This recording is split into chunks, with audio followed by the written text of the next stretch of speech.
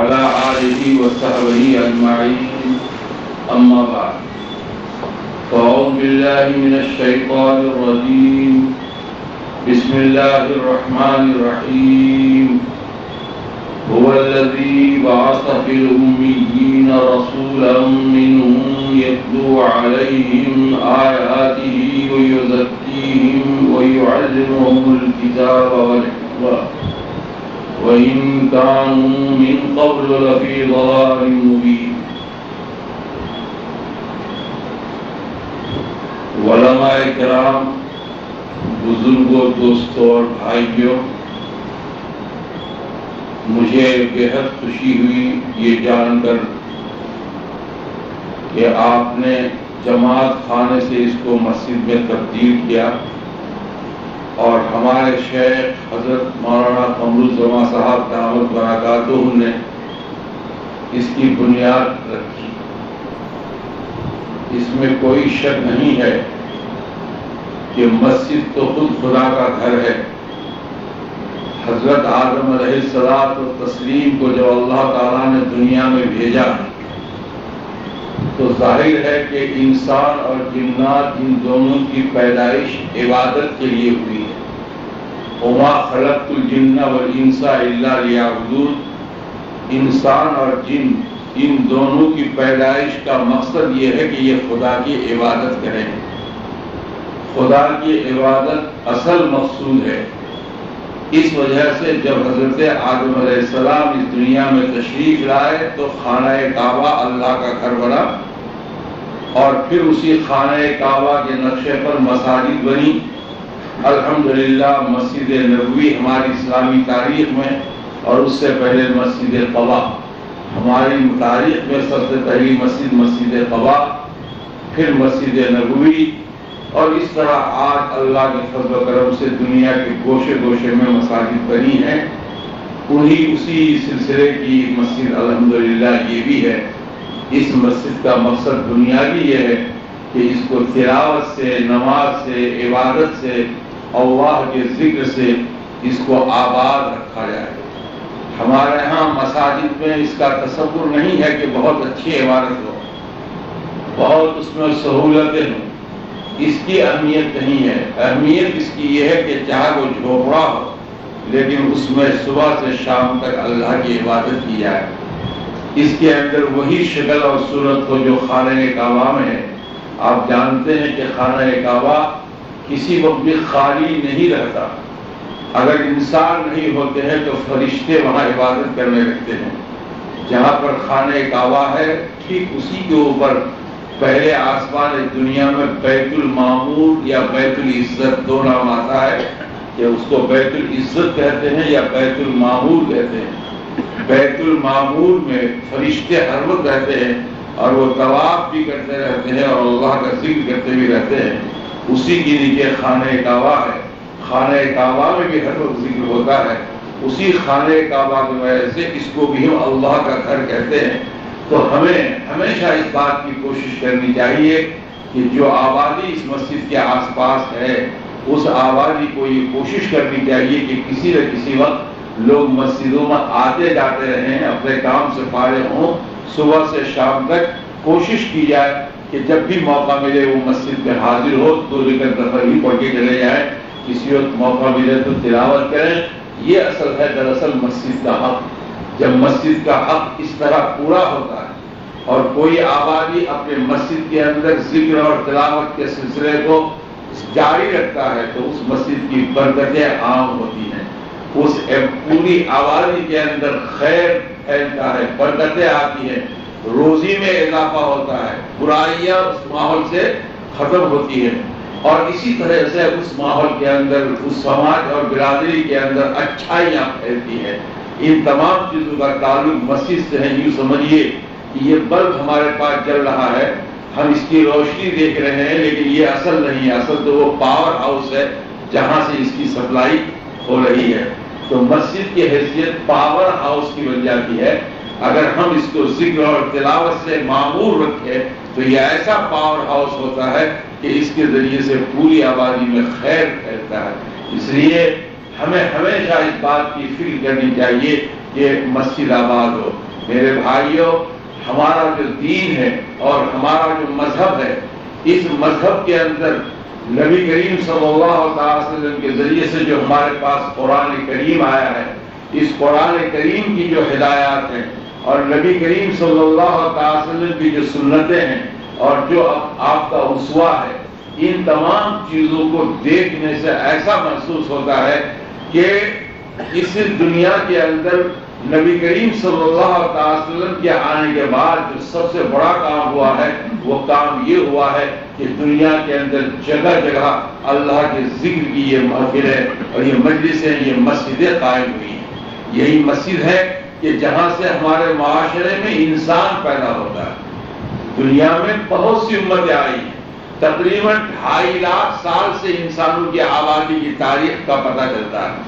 2.5 لاکھ سال سے اس دنیا کے اندر انسان مختلف موقع پر آتے رہے ہیں اور بہت سی امتیں آئی ہیں، اور اس وقت سے اب تک 1,24,000 پیغمبر بھی آئے ہیں، اور ان تمام پیغمبروں نے اپنے زمانے میں اللہ کی طرف سے جو وحی آئی، جو حکم آیا ان کو، جو ہدایت آئی، اس ہدایت کو انہوں نے پھیلانے کی کوشش کی۔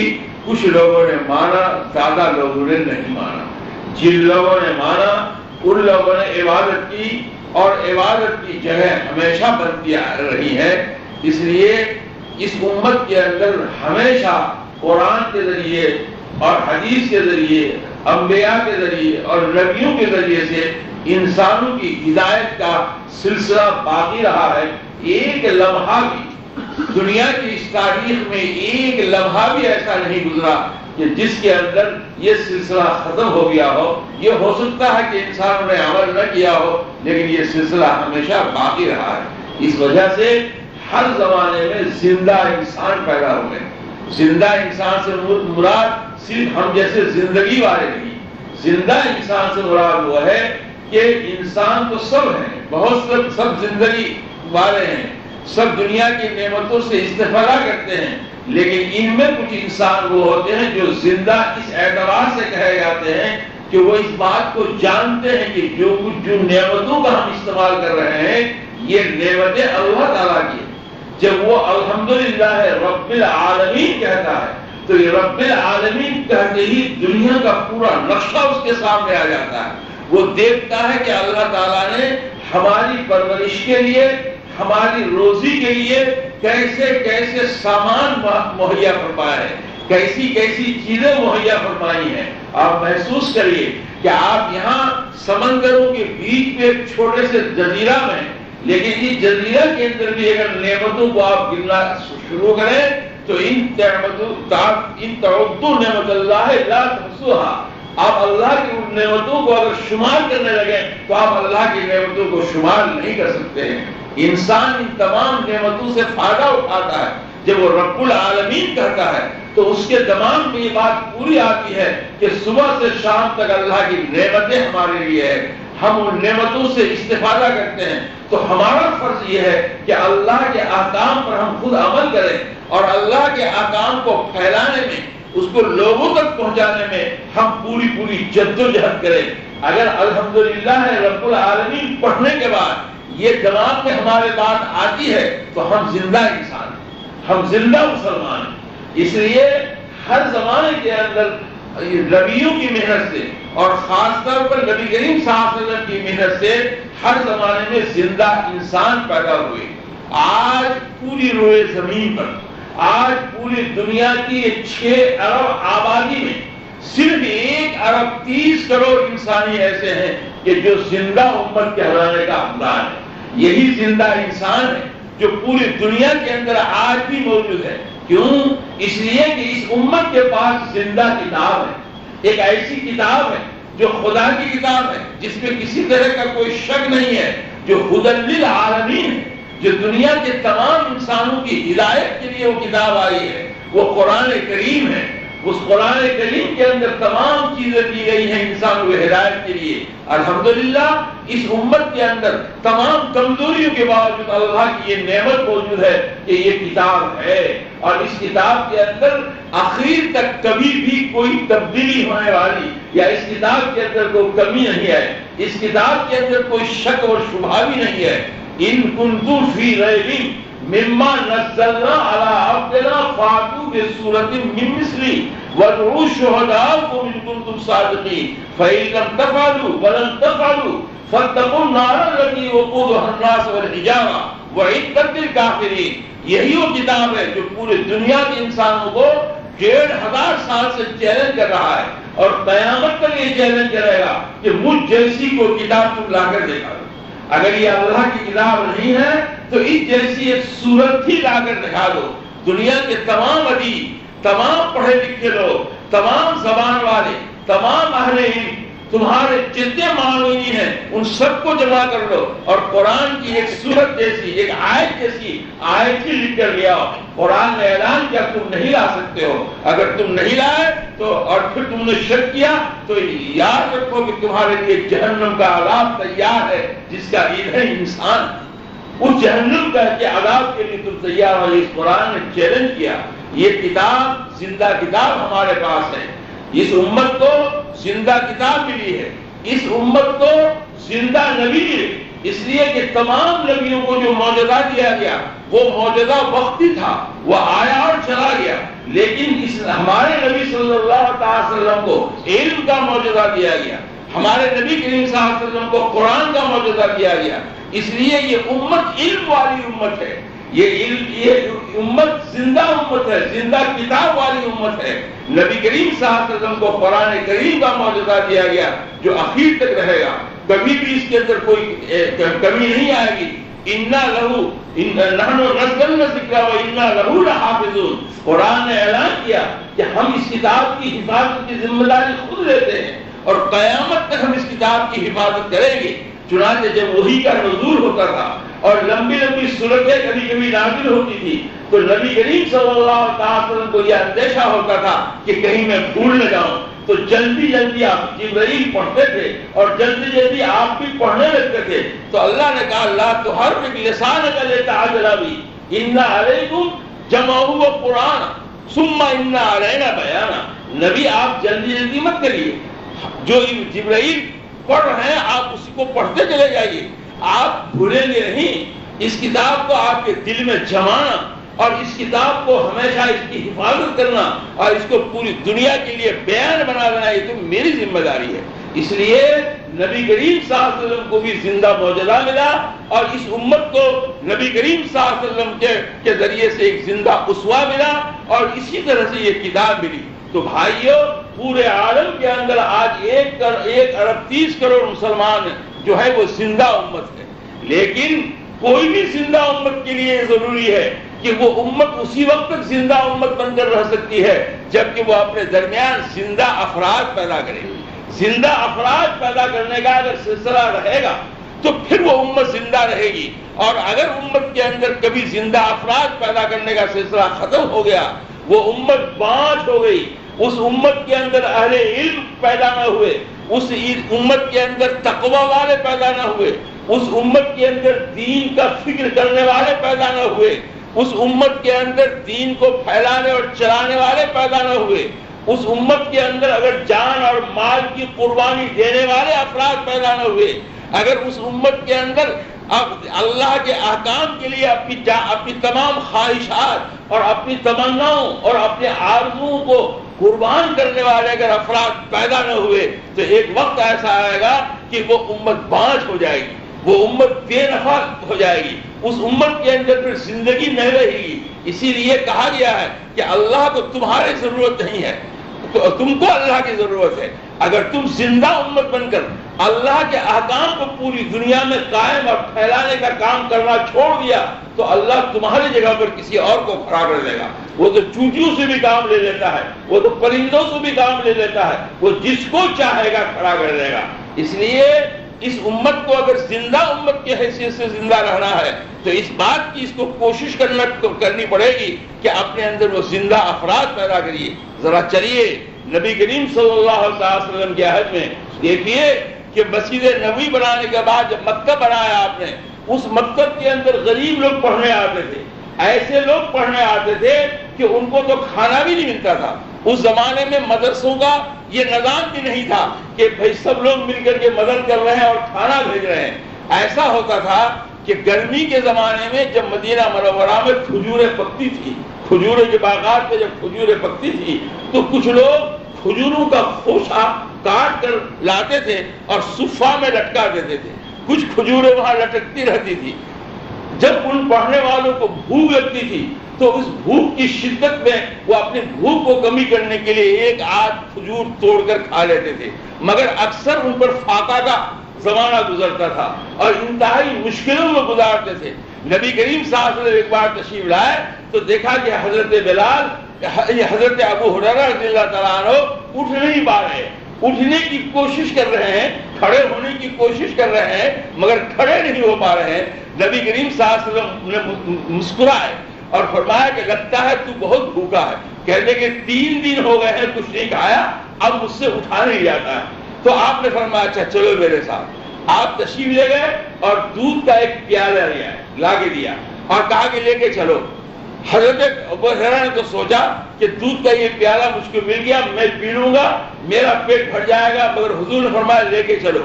اب وہاں صفہ میں تو بہت سے طالب علم تھے، ان سب کو جمع کیا اور آپ نے کہا کہ پہلے پلاؤ۔ ابو ہریرہ سوچنے لگے میرا تو نمبر آنے والا نہیں ہے، سب پی لیں گے، ایک پیالہ دودھ ہے اس کو ہم کو کیا ملے گا، لیکن نبی کریم صلی اللہ علیہ وسلم نے وہ پیالہ عطا فرمایا تھا۔ تمام لوگوں نے پیٹ بھر کر کے پیا، پھر ابو ہریرہ رضی اللہ تعالیٰ عنہ بھی شکم سیر ہو کر پیٹ بھر کر پیا، پھر حضور صلی اللہ علیہ وسلم نے بھی اس سے نوش فرمایا۔ اس طرح کی زندگی میں، اس طرح کے حالات کے اندر نبی کریم صلی اللہ علیہ وسلم اس صفہ کے اندر اور مکتب کے اندر لوگوں کو تیار کرتے تھے، اور اس تیاری کا نتیجہ یہ ہوا کہ اس کے اندر ایسے ایسے افراد پیدا ہوئے، ایسے ایسے لوگ پیدا ہوئے کہ ایک فرد اگر اس میں سے نکلا اور وہاں سے نکل کر کے دنیا کے کسی ملک میں پہنچا تو ایک شخص کے آنے سے دنیا کے اس ملک کے اندر بڑا سے بڑا انقلاب آ گیا، روحانی انقلاب آ گیا، ایمانی انقلاب آ گیا۔ آپ تاریخ پڑھیے، یہاں کی بھی تاریخ پڑھیں گے تو ضرور معلوم ہوگا کہ یہاں پر بھی خدا کا کوئی بندہ آیا، کوئی شخص آیا جس کے ذریعے سے یہ دین کی بنیاد یہاں پر قائم ہوئی۔ ہندوستان تو بہت بڑا ملک ہے، آئے صحابہ آئے اور ایک صحابی آئے اور ان کے آنے سے وہاں حالات کے اندر انقلاب پیدا ہوا، وہاں حالات کے اندر تبدیلی پیدا ہوئی۔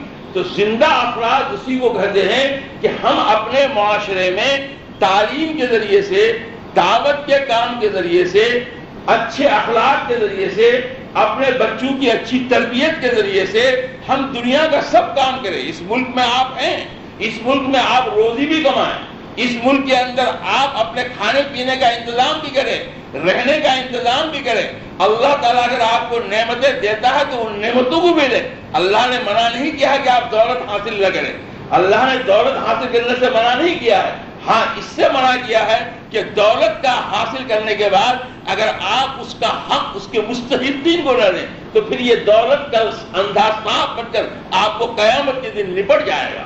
اور پھر جو سونا چاندی آپ جمع کر کے رکھیں گے، الذین یکنزون الذھب والفضہ ولا ينفقون فی سبیل اللہ، وہ لوگ جو دنیا میں چاندی اور سونا کی تجوری جمع کر لیں گے، اس میں سے غریبوں کا حق، حقداروں کا حق نکال کر نہیں دیں گے تو کل قیامت کے دن یہ ہوگا کہ اس سونا چاندی کا پترا بنایا جائے گا اور اس پترے کو جہنم کے آگ پہ تپایا جائے گا۔ جہنم کی آگ کا ہم تصور نہیں کر سکتے، اور وہ تپتے ہوئے پترے سے ہمارے چہرے میں، پیٹھ میں اس داغ دیا جائے گا، اور پورے قیامت کے دن پورے دن میں داغ دیا جائے گا۔ قیامت کا دن آج کے دن کے برابر نہیں ہوگا، قیامت کا دن 50,000 سال کے برابر ہوگا۔ 50,000 سال کی جو مدت ہوتی ہے، اتنی مدت اس دن کی ہوگی جس دن قیامت قائم ہوگی۔ تو 50,000 سال تک کی مدت تک گویا اس پتھر سے دبایا جائے گا۔ تو اللہ تعالیٰ نے ان تمام چیزوں کی اجازت دی ہے کہ جس کے ذریعے سے آپ اپنے حالات کو بہتر بنائیں۔ تو مقصد کہنے کا یہ ہے کہ آپ مال بھی حاصل کریں، لیکن اس مال کے خرچ کرنے کا آپ جذبہ بھی پیدا کریں۔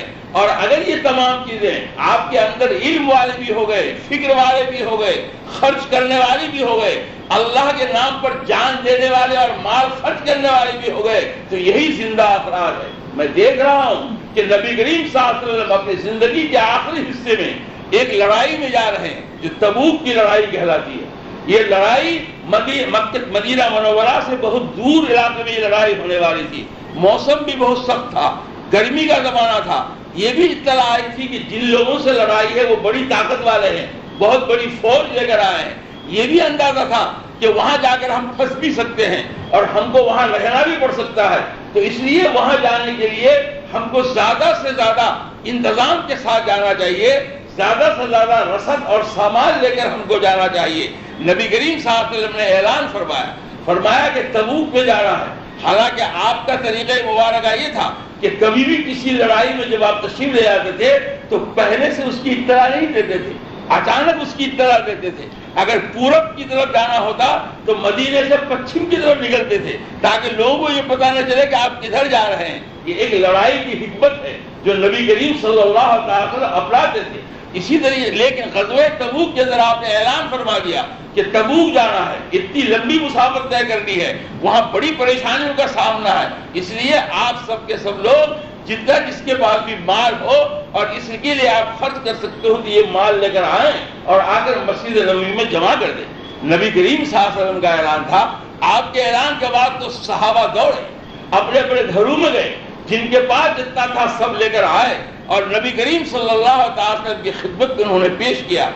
آپ جانتے ہیں کہ جو بڑے آدمی ہوتے ہیں، جو بڑا ہوتا ہے، بڑا ہر شخص سے ہر چیز کے بارے میں سوال نہیں کرتا، جو ان کا قریبی ہوتا ہے ان سے وہ پوچھ لیتے ہیں۔ حضرت ابوبکر صدیق بہت قریبی تھے، حضرت عمر فاروق رضی اللہ تعالیٰ عنہ حضور صلی اللہ علیہ وسلم کے بہت قریبی تھے۔ حضرت عمر سامان لے کے آ رہے ہیں تو حضور صلی اللہ علیہ وسلم نے بولا عمر یہاں آئیے۔ عمر تشریف لائے، کیا لائے ہو میرے لیے؟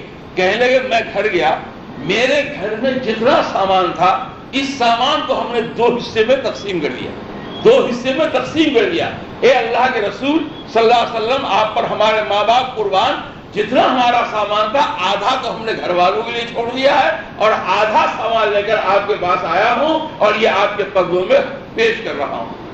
آپ نے دعا دی، پھر اس کے بعد دیکھا کہ حضرت ابوبکر چلے آ رہے ہیں، وہ بھی سامان سے لدے پدے ہیں، سر پر بھی کندھے پر بھی سامان لپٹے ہوئے چلے آ رہے ہیں۔ کہا ابوبکر یہاں آئیے، تشریف لیا ہے۔ کہنے لگے آپ کیا لائے ہیں؟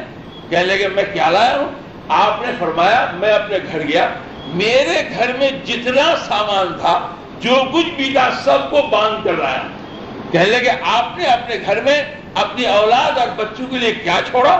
گھر میں کیا چیز چھوڑ کر آئے؟ کہنے لگے گھر میں میں نے اللہ اور اللہ کے رسول کا نام چھوڑ دیا، گھر میں تو میں نے اللہ اور اللہ کے رسول کا نام چھوڑ دیا اور تمام سامان لے کر کے ہم آپ کی خدمت میں حاضر ہو گئے ہیں۔ یہ تھے زندہ افراد کہ جب وقت آیا مال دینے کا تو اس جذبے کا مظاہرہ کیا۔ نبی کریم صلی اللہ علیہ وسلم نے 23 سالہ نبوی زندگی کے اندر لوگوں کی تربیت کر کے اس طرح کا زندہ افراد نبی کریم صلی اللہ علیہ وسلم نے بنایا۔ نبی کریم صلی اللہ علیہ وسلم نے محبت لوگوں کے اندر ایسا پیدا کی کہ جب سن 6 کے اندر، سن 6 ہجری میں نبی کریم صلی اللہ علیہ وسلم نے ارادہ فرمایا کہ اب ہم جائیں گے مکہ اور جا کر وہاں عمرہ کریں گے، کیونکہ آپ کو مجبور ہو کر ہجرت کرنا پڑا تھا، آپ مکے سے تشریف لے آئے تھے۔ اب جب 6 سال کے اندر الحمدللہ مسلمانوں کی ایک جماعت بن گئی تھی تو آپ کی خواہش ہوئی کہ ہم جائیں اور جا کر مکہ مکرمہ میں عمرہ کریں۔ عمرہ کرنے کے لیے آپ وہاں تشریف لے گئے، مگر رستے میں جب تھے تو مکہ والوں نے سمجھا کہ یہ ہم سے لڑنے کے لیے آ رہے ہیں، انہوں نے آپ کا راستہ روک دیا۔ پھر بات چیت ہوئی اور اسی کے اندر گیا صلح حدیبیہ ہوا، اس صلح ایک معاہدہ ہوا۔ وہ معاہدہ بظاہر ایسا تھا جو دب کر کیا گیا تھا، کچھ صحابہ کرام کو تکلیف بھی ہوئی، اس سے کئی واقعات بھی اس کے اندر بہت اہم پیش آ گئے، چونکہ اس کے اندر یہ لکھا تھا کہ مدینے کا جو مال مکہ جائے گا اس کو لوٹایا نہیں جائے گا، لیکن مکے کا مال مدینہ اگر آئے تو اس کو آنے نہیں دیا جائے گا، اس کو راستے سے ہی واپس کر دیا جائے گا۔ مکہ کی لڑکی مدینہ نہیں آ سکتی ہے، مدینہ کی لڑکی اگر مکہ چلے جائے گی تو اس کو واپس نہیں کیا جائے گا۔ اس طرح کے اس کے اندر آئٹم تھے، دفعات تھے۔ کچھ حضرت عمر فاروق کو تو زیادہ ہی صدمہ ہوا اور انہوں نے کہا کہ ہم تو دب کر صلح کر رہے ہیں، مگر حضور صلی اللہ علیہ وسلم کے سامنے کن کو بولنے کی ضرورت تھی؟ کسی نے کوئی بات نہیں کی، سب کے سب خاموش رہے۔ آپ نے فرمایا کہ تم لوگ فکر نہ کرو، ہم نے یہ معاہدہ کیا ہے، یہی فتح مبین ہوگا انشاءاللہ، یہی انشاءاللہ فتح مبین ہوگا۔ چنانچہ اس کے اندر جب آپ نے یہ کہا کہ اب ہمیں جانا نہیں ہے، ہم جو عمرہ باندھ کر آئے ہیں تو یہ عمرہ سب کے سب کھول دو اور جتنے جانور ہیں سب کے قلادے ان کے گردنوں سے اتار دو. تو آپ نے فرمایا کہ کوئی ایک صحابی بھی کھڑا نہیں ہوا. ان کو اتنا صدمہ تھا کہ ہم آج ماشاءاللہ ہماری اتنی تعداد ہو گئی پھر اتنا دفتر ہم صلح کر رہے ہیں, ایسا کیوں کریں؟ کوئی صحابی کھڑے نہیں ہوئے. آپ نے 2 مرتبہ فرمایا, 3 مرتبہ فرمایا, تیسری بار بھی کوئی صحابی اس کے لیے کھڑے نہیں ہوئے. امت کے لیے بہت نازک وقت تھا. اگر خدا نہ خواستہ اس وقت امت نہ سنبھلتی اور نبی کریم صلی اللہ علیہ وسلم کے حکم کی خلاف ورزی کرتی تو شاید آج دنیا میں ہمارا وجود نہیں ہوتا. کیونکہ نبی کے حکم کی نافرمانی کرنے کے بعد پھر امت کو زندہ رہنے کے لیے کوئی بھی اسباب موجود نہیں رہتے, ان کو ذلت کا سامنا کرنا پڑتا ہے. حضرت صفیہ رضی اللہ تعالیٰ عنہا جو آپ کی جوزہ مطہرات امت المومنین تھی, انہوں نے دیکھا کہ ایسا ہو رہا ہے. وہ فوراً آئی, حضور صلی اللہ علیہ وسلم کی خدمت میں حاضر ہوئی اور حاضر ہو کر کے انہوں نے کہا آپ ان کو حکم نہ دیں بلکہ آپ خود یہ کام کرنے لگے. آپ ان کو یہ نہ کہیں کہ تم بال ایسا کر لو اور جانور کھول دو, یہ نہ کہیں بلکہ آپ خود ایسا کریں. تو جب نبی کریم صلی اللہ علیہ وسلم نے اپنا سر اٹھانا شروع کیا اور یہ کام کرنے لگے تو پھر صحابہ خود بخود کرنے لگے, کیونکہ حضور صلی اللہ علیہ وسلم کو کرتے ہوئے دیکھ کر پھر صحابہ کے لیے ممکن نہیں تھا کہ وہ نہ کرتے. تو اس طرح کے بھی واقعات اس کے اندر پیش آئے. تو میں عرض کر رہا تھا کہ اس موقع پر سن 6 ہجری کے ہوتے ہوتے وہ ایسے حالات پیش آ گئے تھے اور نبی کریم صلی اللہ علیہ وسلم نے گویا دفتر کے صلح بھی فرمایا تھا.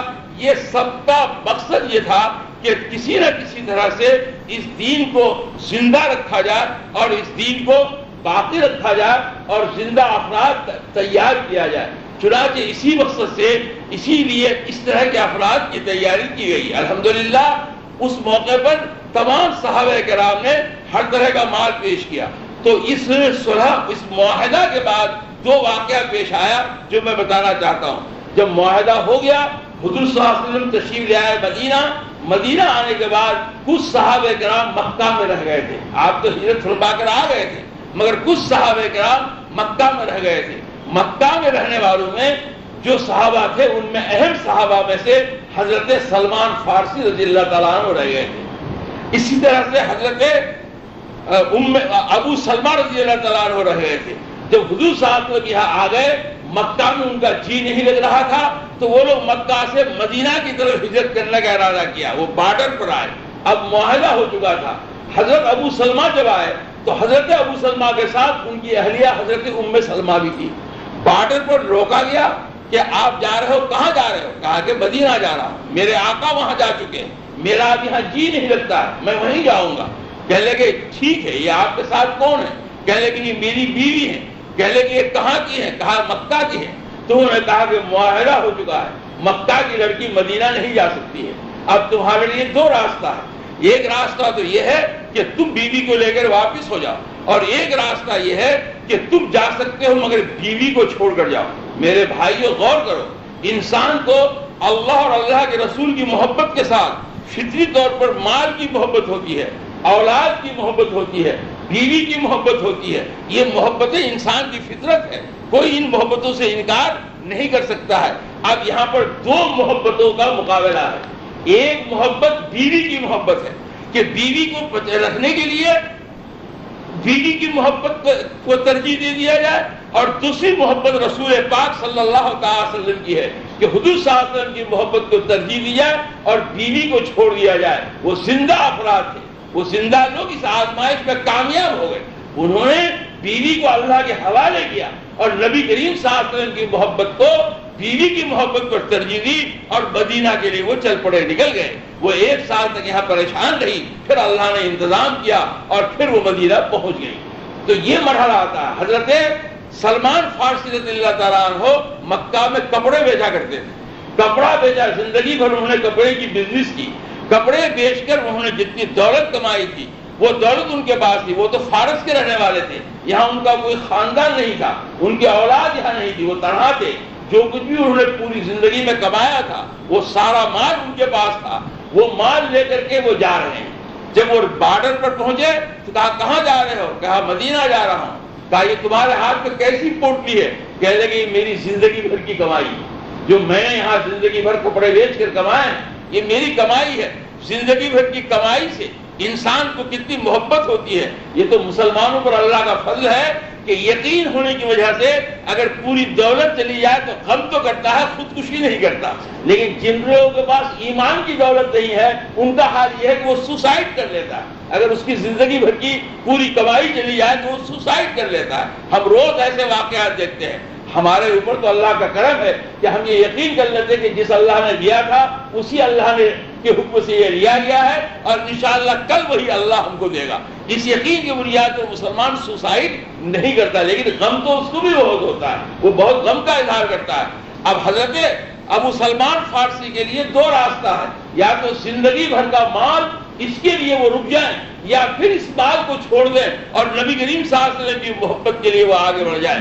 انہوں نے یہی کیا، اس پوٹلی کو اٹھا کر ان کے منہ پر مار دیا، رکھو تم اس کو پوٹلی کو، یہ دولت میرے قدموں کو میرے نبی کی خدمت میں حاضر ہونے سے نہیں روک سکتی ہے۔ چنانچہ نبی کریم صلی اللہ علیہ وسلم کی خدمت میں وہ چلے گئے۔ اس طرح کا زندہ افراد نبی کریم صلی اللہ تعالی وسلم نے تعلیم و تربیت کے ذریعے سے پیدا کیا، وہی صحابہ کرام ہیں، وہی صحابہ کرام ہیں۔ اسی زندگی کا نتیجہ یہ تھا کہ بڑے سے بڑے مرحلے کے اندر بڑا سے بڑا اگر مقام آتا تھا تو ان کو کوئی چیز کسی چیز سے روک نہیں سکتی تھی۔ اب دیکھیے کہ اس زمانے کا سپر پاور ہے، اس زمانے کا سپر پاور جب نبی کریم صلی اللہ علیہ وسلم کی بعثت ہوئی ہے، دنیا میں دو سپر پاور تھی، ایک سپر پاور فارس اور ایک سپر پاور روم۔ روم کی حکومت میں حضرت حذیفہ بن یمان رضی اللہ تعالیٰ عنہ کو بلایا گیا۔ وہاں روم کے تعلق سے مشورہ ہے، چونکہ مسلمانوں نے ارادہ کیا تھا کہ اب ہم کو روم پر قبضہ کرنا ہے۔ وہاں کے لوگوں نے کہا کہ اچھا ٹھیک ہے آپ آ کے ہم سے مشورہ کریے۔ چنانچہ معاہدہ ہوا تھا اور وہاں لڑائی نہیں ہوئی تھی، انہوں نے کنجیاں ان کے سپورٹ کر دی تھی۔ تو حضرت حذیفہ بن یمان رضی اللہ تعالیٰ عنہ صحابی ہیں، بڑے صحابی ہیں۔ حضرت حذیفہ بن یمان وہاں گئے، کہاں پہ گئے؟ روم کے دربار میں ان کو بلایا گیا، مشورے کے لیے بلایا گیا۔ ظاہر ہے کہ دربار شہنشاہی ہے، وہ اس کے کچھ آداب ہیں، اس کے طریقے ہیں۔ میز لگا ہوا کھانے کا، کھانے کے میز پر سب بیٹھے ہیں، گفتگو چل رہی ہے۔ جب کھانا آپ نے اٹھایا تو ایک لقمہ جو اٹھایا آپ کے ہاتھ سے اس کا کچھ حصہ زمین پر گر گیا۔ لقمہ اٹھایا ہوگا اور اس میں سے کچھ حصہ زمین پر گر گیا۔ حضرت حذیفہ ایمان رضی اللہ تعالیٰ عنہ جھکے، اور جھکنے کے بعد اس کھانے کو جو زمین پر گر گیا تھا وہ تو قالین ہی پر گرا ہوگا، اس کو اٹھانا آپ نے چاہا تو آپ کے بغل میں جو شخص تھا اس سے کوہنی ماری اور کہا حذیفہ آپ کیا کر رہے ہیں؟ آپ کہاں ہیں؟ آپ سمجھیے آپ روم کے دربار میں ہیں، یہاں شاہی آداب ہے، یہاں یہ تو بہت بدتمیزی کی بات ہوگی کہ جو کھانا گر جائے اس کو اٹھایا جائے۔ آپ اس کو اٹھائیں گے تو ہماری عظمت پامال ہو جائے گی، ہماری عزت چلی جائے گی اور ہم کہیں گے نہ رہیں گے۔ تو حضرت حذیفہ بن یمان کی آنکھیں سرخ ہو گئی اور انہوں نے کہا ہم اپنی لاکھوں گنا عزت کو، لاکھوں گنا عظمت کو نبی کریم صلی اللہ علیہ وسلم کے ایک سنت پر قربان کر دیں۔ نبی کریم صلی اللہ علیہ وسلم نے ہمیں ہدایت فرمائی کہ اگر کھانا کھاتے ہوئے کھانا گر جائے تو اس کو چھوڑنا مت، اس کو اٹھا لینا، اس لیے کہ اللہ تعالیٰ کی طرف سے جو کھانا میں برکت ہوتی ہے معلوم نہیں کہ وہ برکت کس دانہ میں۔ ہم نے سارا کھانا پیٹ میں ڈال دیا اور جو دانے گر گئے ہو سکتا ہے کہ برکت اسی میں رہ گئی ہو تو ہم برکت سے محروم ہو جائیں گے۔ اس لیے اسلام نے یہ ہدایت کی کہ کھانا کا کوئی حصہ گر جائے تو اس کو یوں پھینک نہ دیا جائے، اس کو اٹھایا جائے۔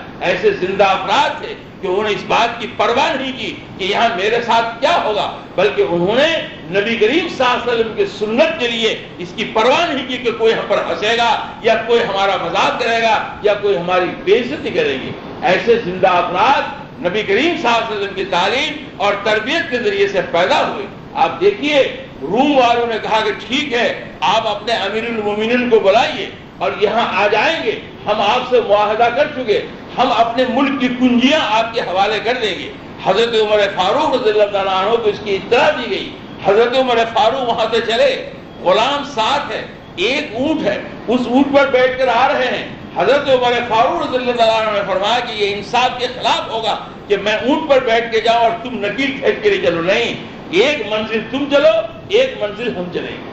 چنانچہ کوئی ایک منزل تک تو غلام بیٹھتا تھا اونٹ پر، حضرت عمر نکیل کھینچتے تھے، اور ایک منزل جب پوری ہو جاتی تھی تو آپ بیٹھتے تھے اور غلام نکیل کھینچتے تھے۔ ذرا اندازہ کیجیے کہ ہماری اسلامی زندگی کیسی ہے، یہ زندگی ہے اسلامی۔ اتفاق ایسا ہوا کہ جب روم کے دربار میں پہنچنے کا وقت آیا کہ اب اس کے بعد روم کے دربار میں داخل ہوں گے، تو اس وقت باری آ گئی غلام کی، اس وقت بیٹھنے کی باری آ گئی۔ جو باری چل رہی تھی کہ کبھی آپ بیٹھتے اور کبھی غلام بیٹھتا، تو اب وہاں پر وہ باری آ گئی کہ اب غلام بیٹھے گا۔ اب ہوتا کیا کہ گویا کہ غلام تو اونٹ پر بیٹھا ہوا ہوتا اور حضرت عمر فاروق اس کی نکیل کھینچ کر اس روم کے دربار میں پہنچتے۔ یہ منظر آ گیا۔ کئی صحابہ نے درخواست کی، آپ کی آنکھیں سرخ ہو گئی۔ آپ نے کہا کہ کیا اس روم کی ایک حکومت کے لیے میں اپنے آقا صلی اللہ علیہ وسلم کے طریقے کو بدل دوں؟ یہ ممکن نہیں ہے۔ میرے آقا صلی اللہ علیہ وسلم نے کمزوروں اور مجبوروں کا اتنا خیال رکھا کہ جب آپ نزا کی حالت میں آئے، جب آپ کے وفات کا وقت قریب آیا، تو وفات کا وقت جب قریب آیا تو اس وقت آپ نے فرمایا الصلاۃ الصلاۃ، پھر فرمایا واتقوا ما ملکت بایمانکم، کہ جو تمہارے ماتحت غلام ہیں ان کے حقوق سے ڈرنا، تم کمزوروں کے سلسلے میں ہمیشہ انصاف کرنا، ان کا حق ادا کرنا، وہاں پر تم چھوٹا اور اونچ نیچ کا فرق نہ کرنا۔ آخری بات جو نبی کریم صلی اللہ علیہ وسلم نے اس دنیا سے جاتے وقت فرمائی، اس کے اندر یہ ہدایت فرمائی ہے، آج میں اس روم کی حکومت کے لیے اس بات کی خلاف ورزی کروں، یہ نہیں ہو سکتا ہے۔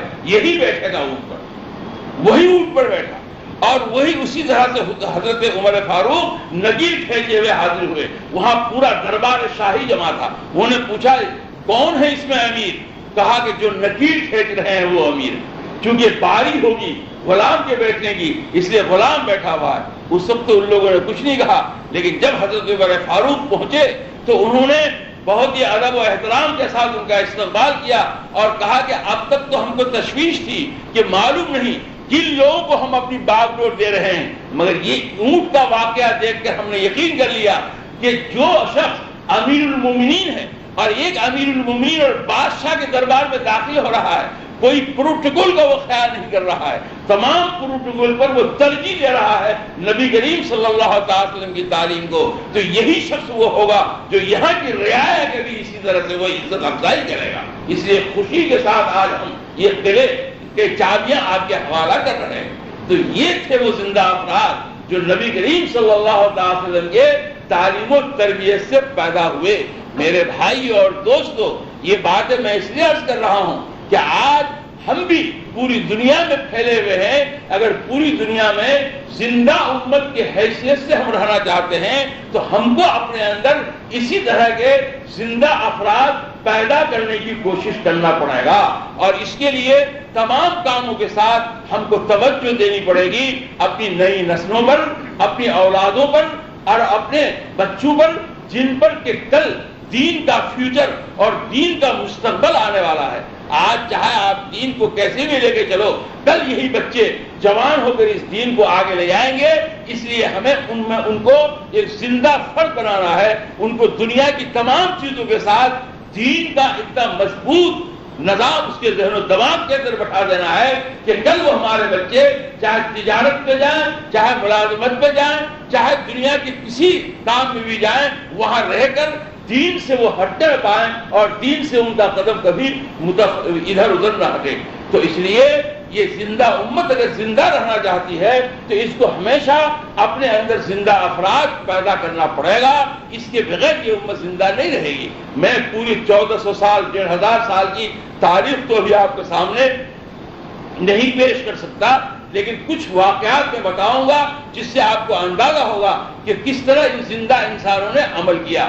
دیکھیے، میں آپ سے بتا رہا ہوں کہ ایک زندہ انسان ایک دور کے اندر پیدا ہوا جس کا نام ہے محمود غزنوی رحمۃ اللہ علیہ، ایک زندہ فرد، ایک زندہ انسان تھا۔ مجھے ایک واقعہ یاد آیا، ہمارے حضرت مولانا حسن مدنی صاحب دامت برکاتہم، ان کے جو والد محترم ہیں حضرت شیخ الاسلام مولانا حسین احمد مدنی نور اللہ مرقدہ، ہمارے ہندوستان کے بہت بڑے علماء میں سے تھے، اور ہندوستان کے مسلمانوں پر ان کا بڑا احسان ہے۔ انہی بزرگوں کی وجہ سے آج ہم وہاں دین پر قائم ہیں۔ تو حضرت شیخ الاسلام رحمت اللہ علیہ کے ایک مرید نے ایک خط لکھا، خط یہ لکھا کہ حضرت ہم اپنی مسجد میں ہر شب جمعہ میں یاسین شریف کا ختم کرتے ہیں، بہت سی مسجدوں میں یہ طریقہ ہے، اچھا ہے کہ ہم اپنے مسجد میں شب جمعہ کو عشاء کے بعد ہم بیٹھ کر یاسین شریف کا ختم کرتے ہیں، اور یاسین شریف سب پڑھنے کے بعد ہم اس کا جو ثواب ہے اس کا ایثار ثواب کرتے ہیں۔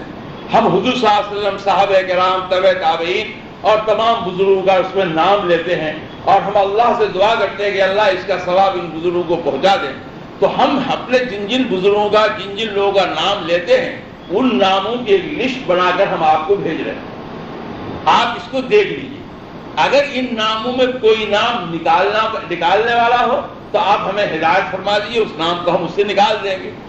اگر اس نام کے اندر کوئی نام جوڑنے والا ہو تو آپ ہمیں حکم فرما دیجیے، لکھ دیجیے کہ فلاں فلاں نام کو تم اس کے اندر جوڑ دو، تاکہ ہمیں یقین ہو جائے۔ ظاہر ہے کہ ہر مرید اپنے شیخ سے ہی امید کرتا ہے کہ صحیح رہنمائی ہم کو وہاں سے ملے گی۔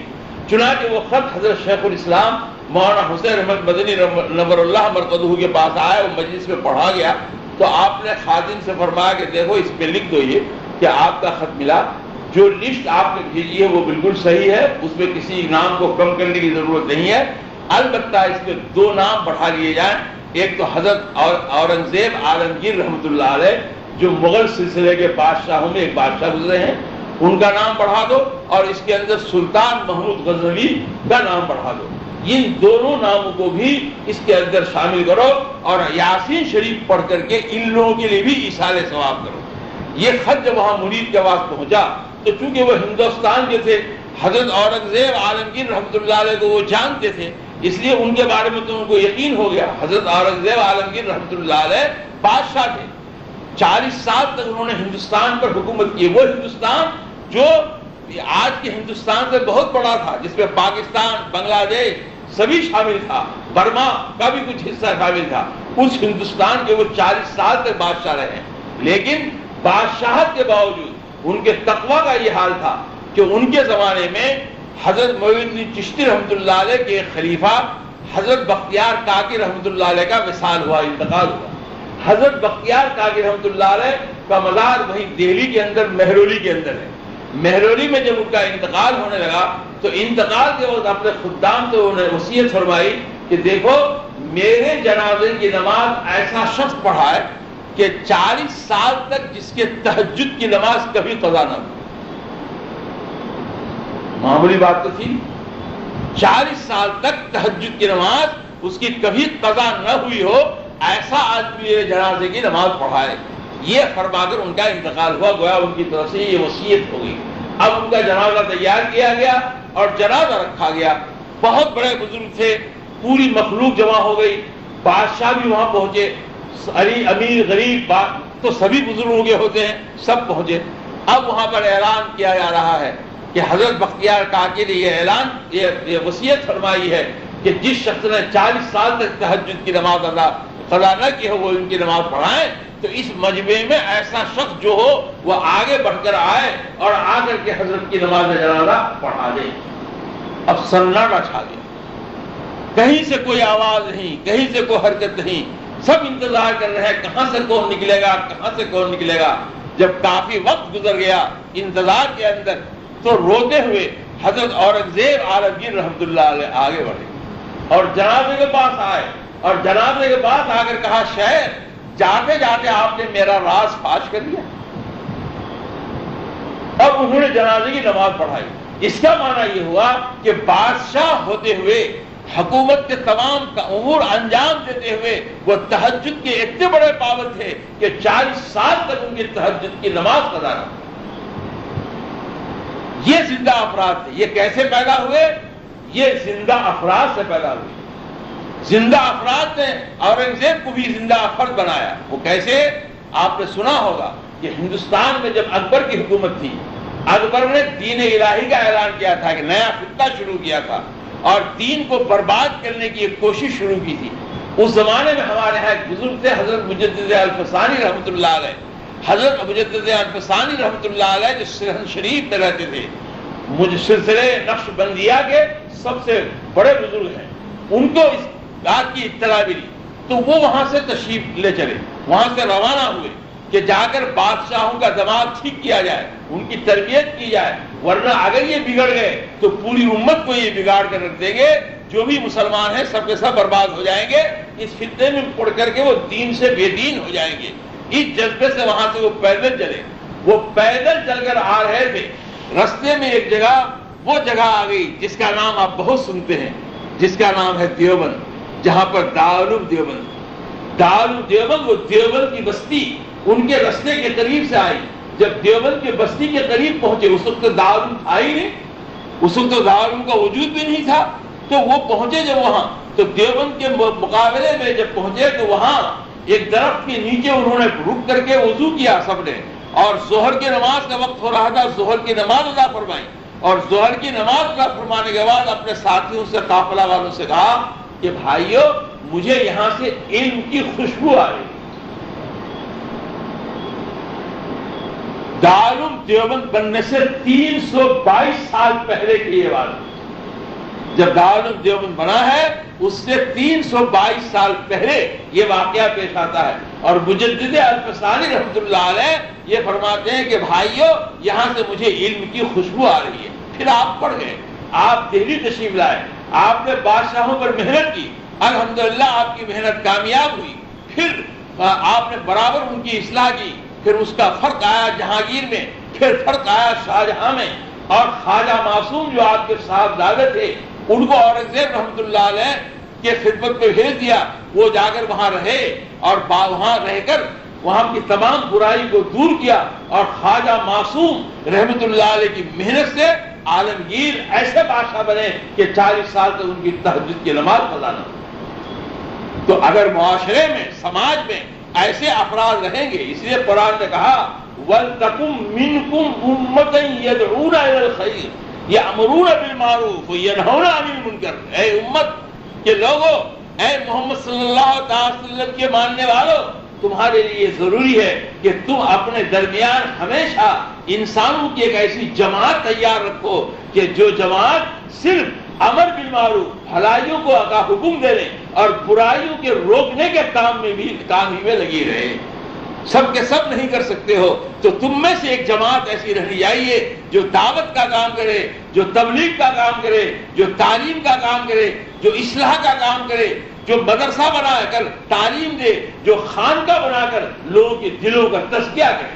جیسے اس لیے کہ ہم نے جو نبی تم کو بھیجا ہے، هو الذی بعث فیکم، جو نبی ہم نے بھیجا ان لوگوں میں جو جاہل تھے، ان پڑھ تھے، انہوں نے کیا کیا؟ هو الذی بعث فی الامین رسولا منہم یتلو علیہم آیاتی، انہوں نے تو ایک جا کر تم کو قرآن پڑھ کے سنایا، ہماری آیتوں کو پڑھ کے سنایا، وہ یزکیہم، انہوں نے جا کر کے تمہارے قلب کی صفائی کی، تمہارے قلب کی صفائی کی۔ انسان اسی وقت بہترین انسان بن سکتا ہے کہ اس کا ظاہر بھی اچھا ہو اور اس کا باطن بھی اچھا ہو۔ انسان کے اندر اللہ تعالیٰ نے حیوانیت اور ملوکیت دو طاقت رکھی ہے، فَأَلْهَمَهَا فُجُورَهَا وَتَقْوَاهَا، فَأَلْهَمَهَا فُجُورَهَا وَتَقْوَاهَا، انسان کے اندر برائی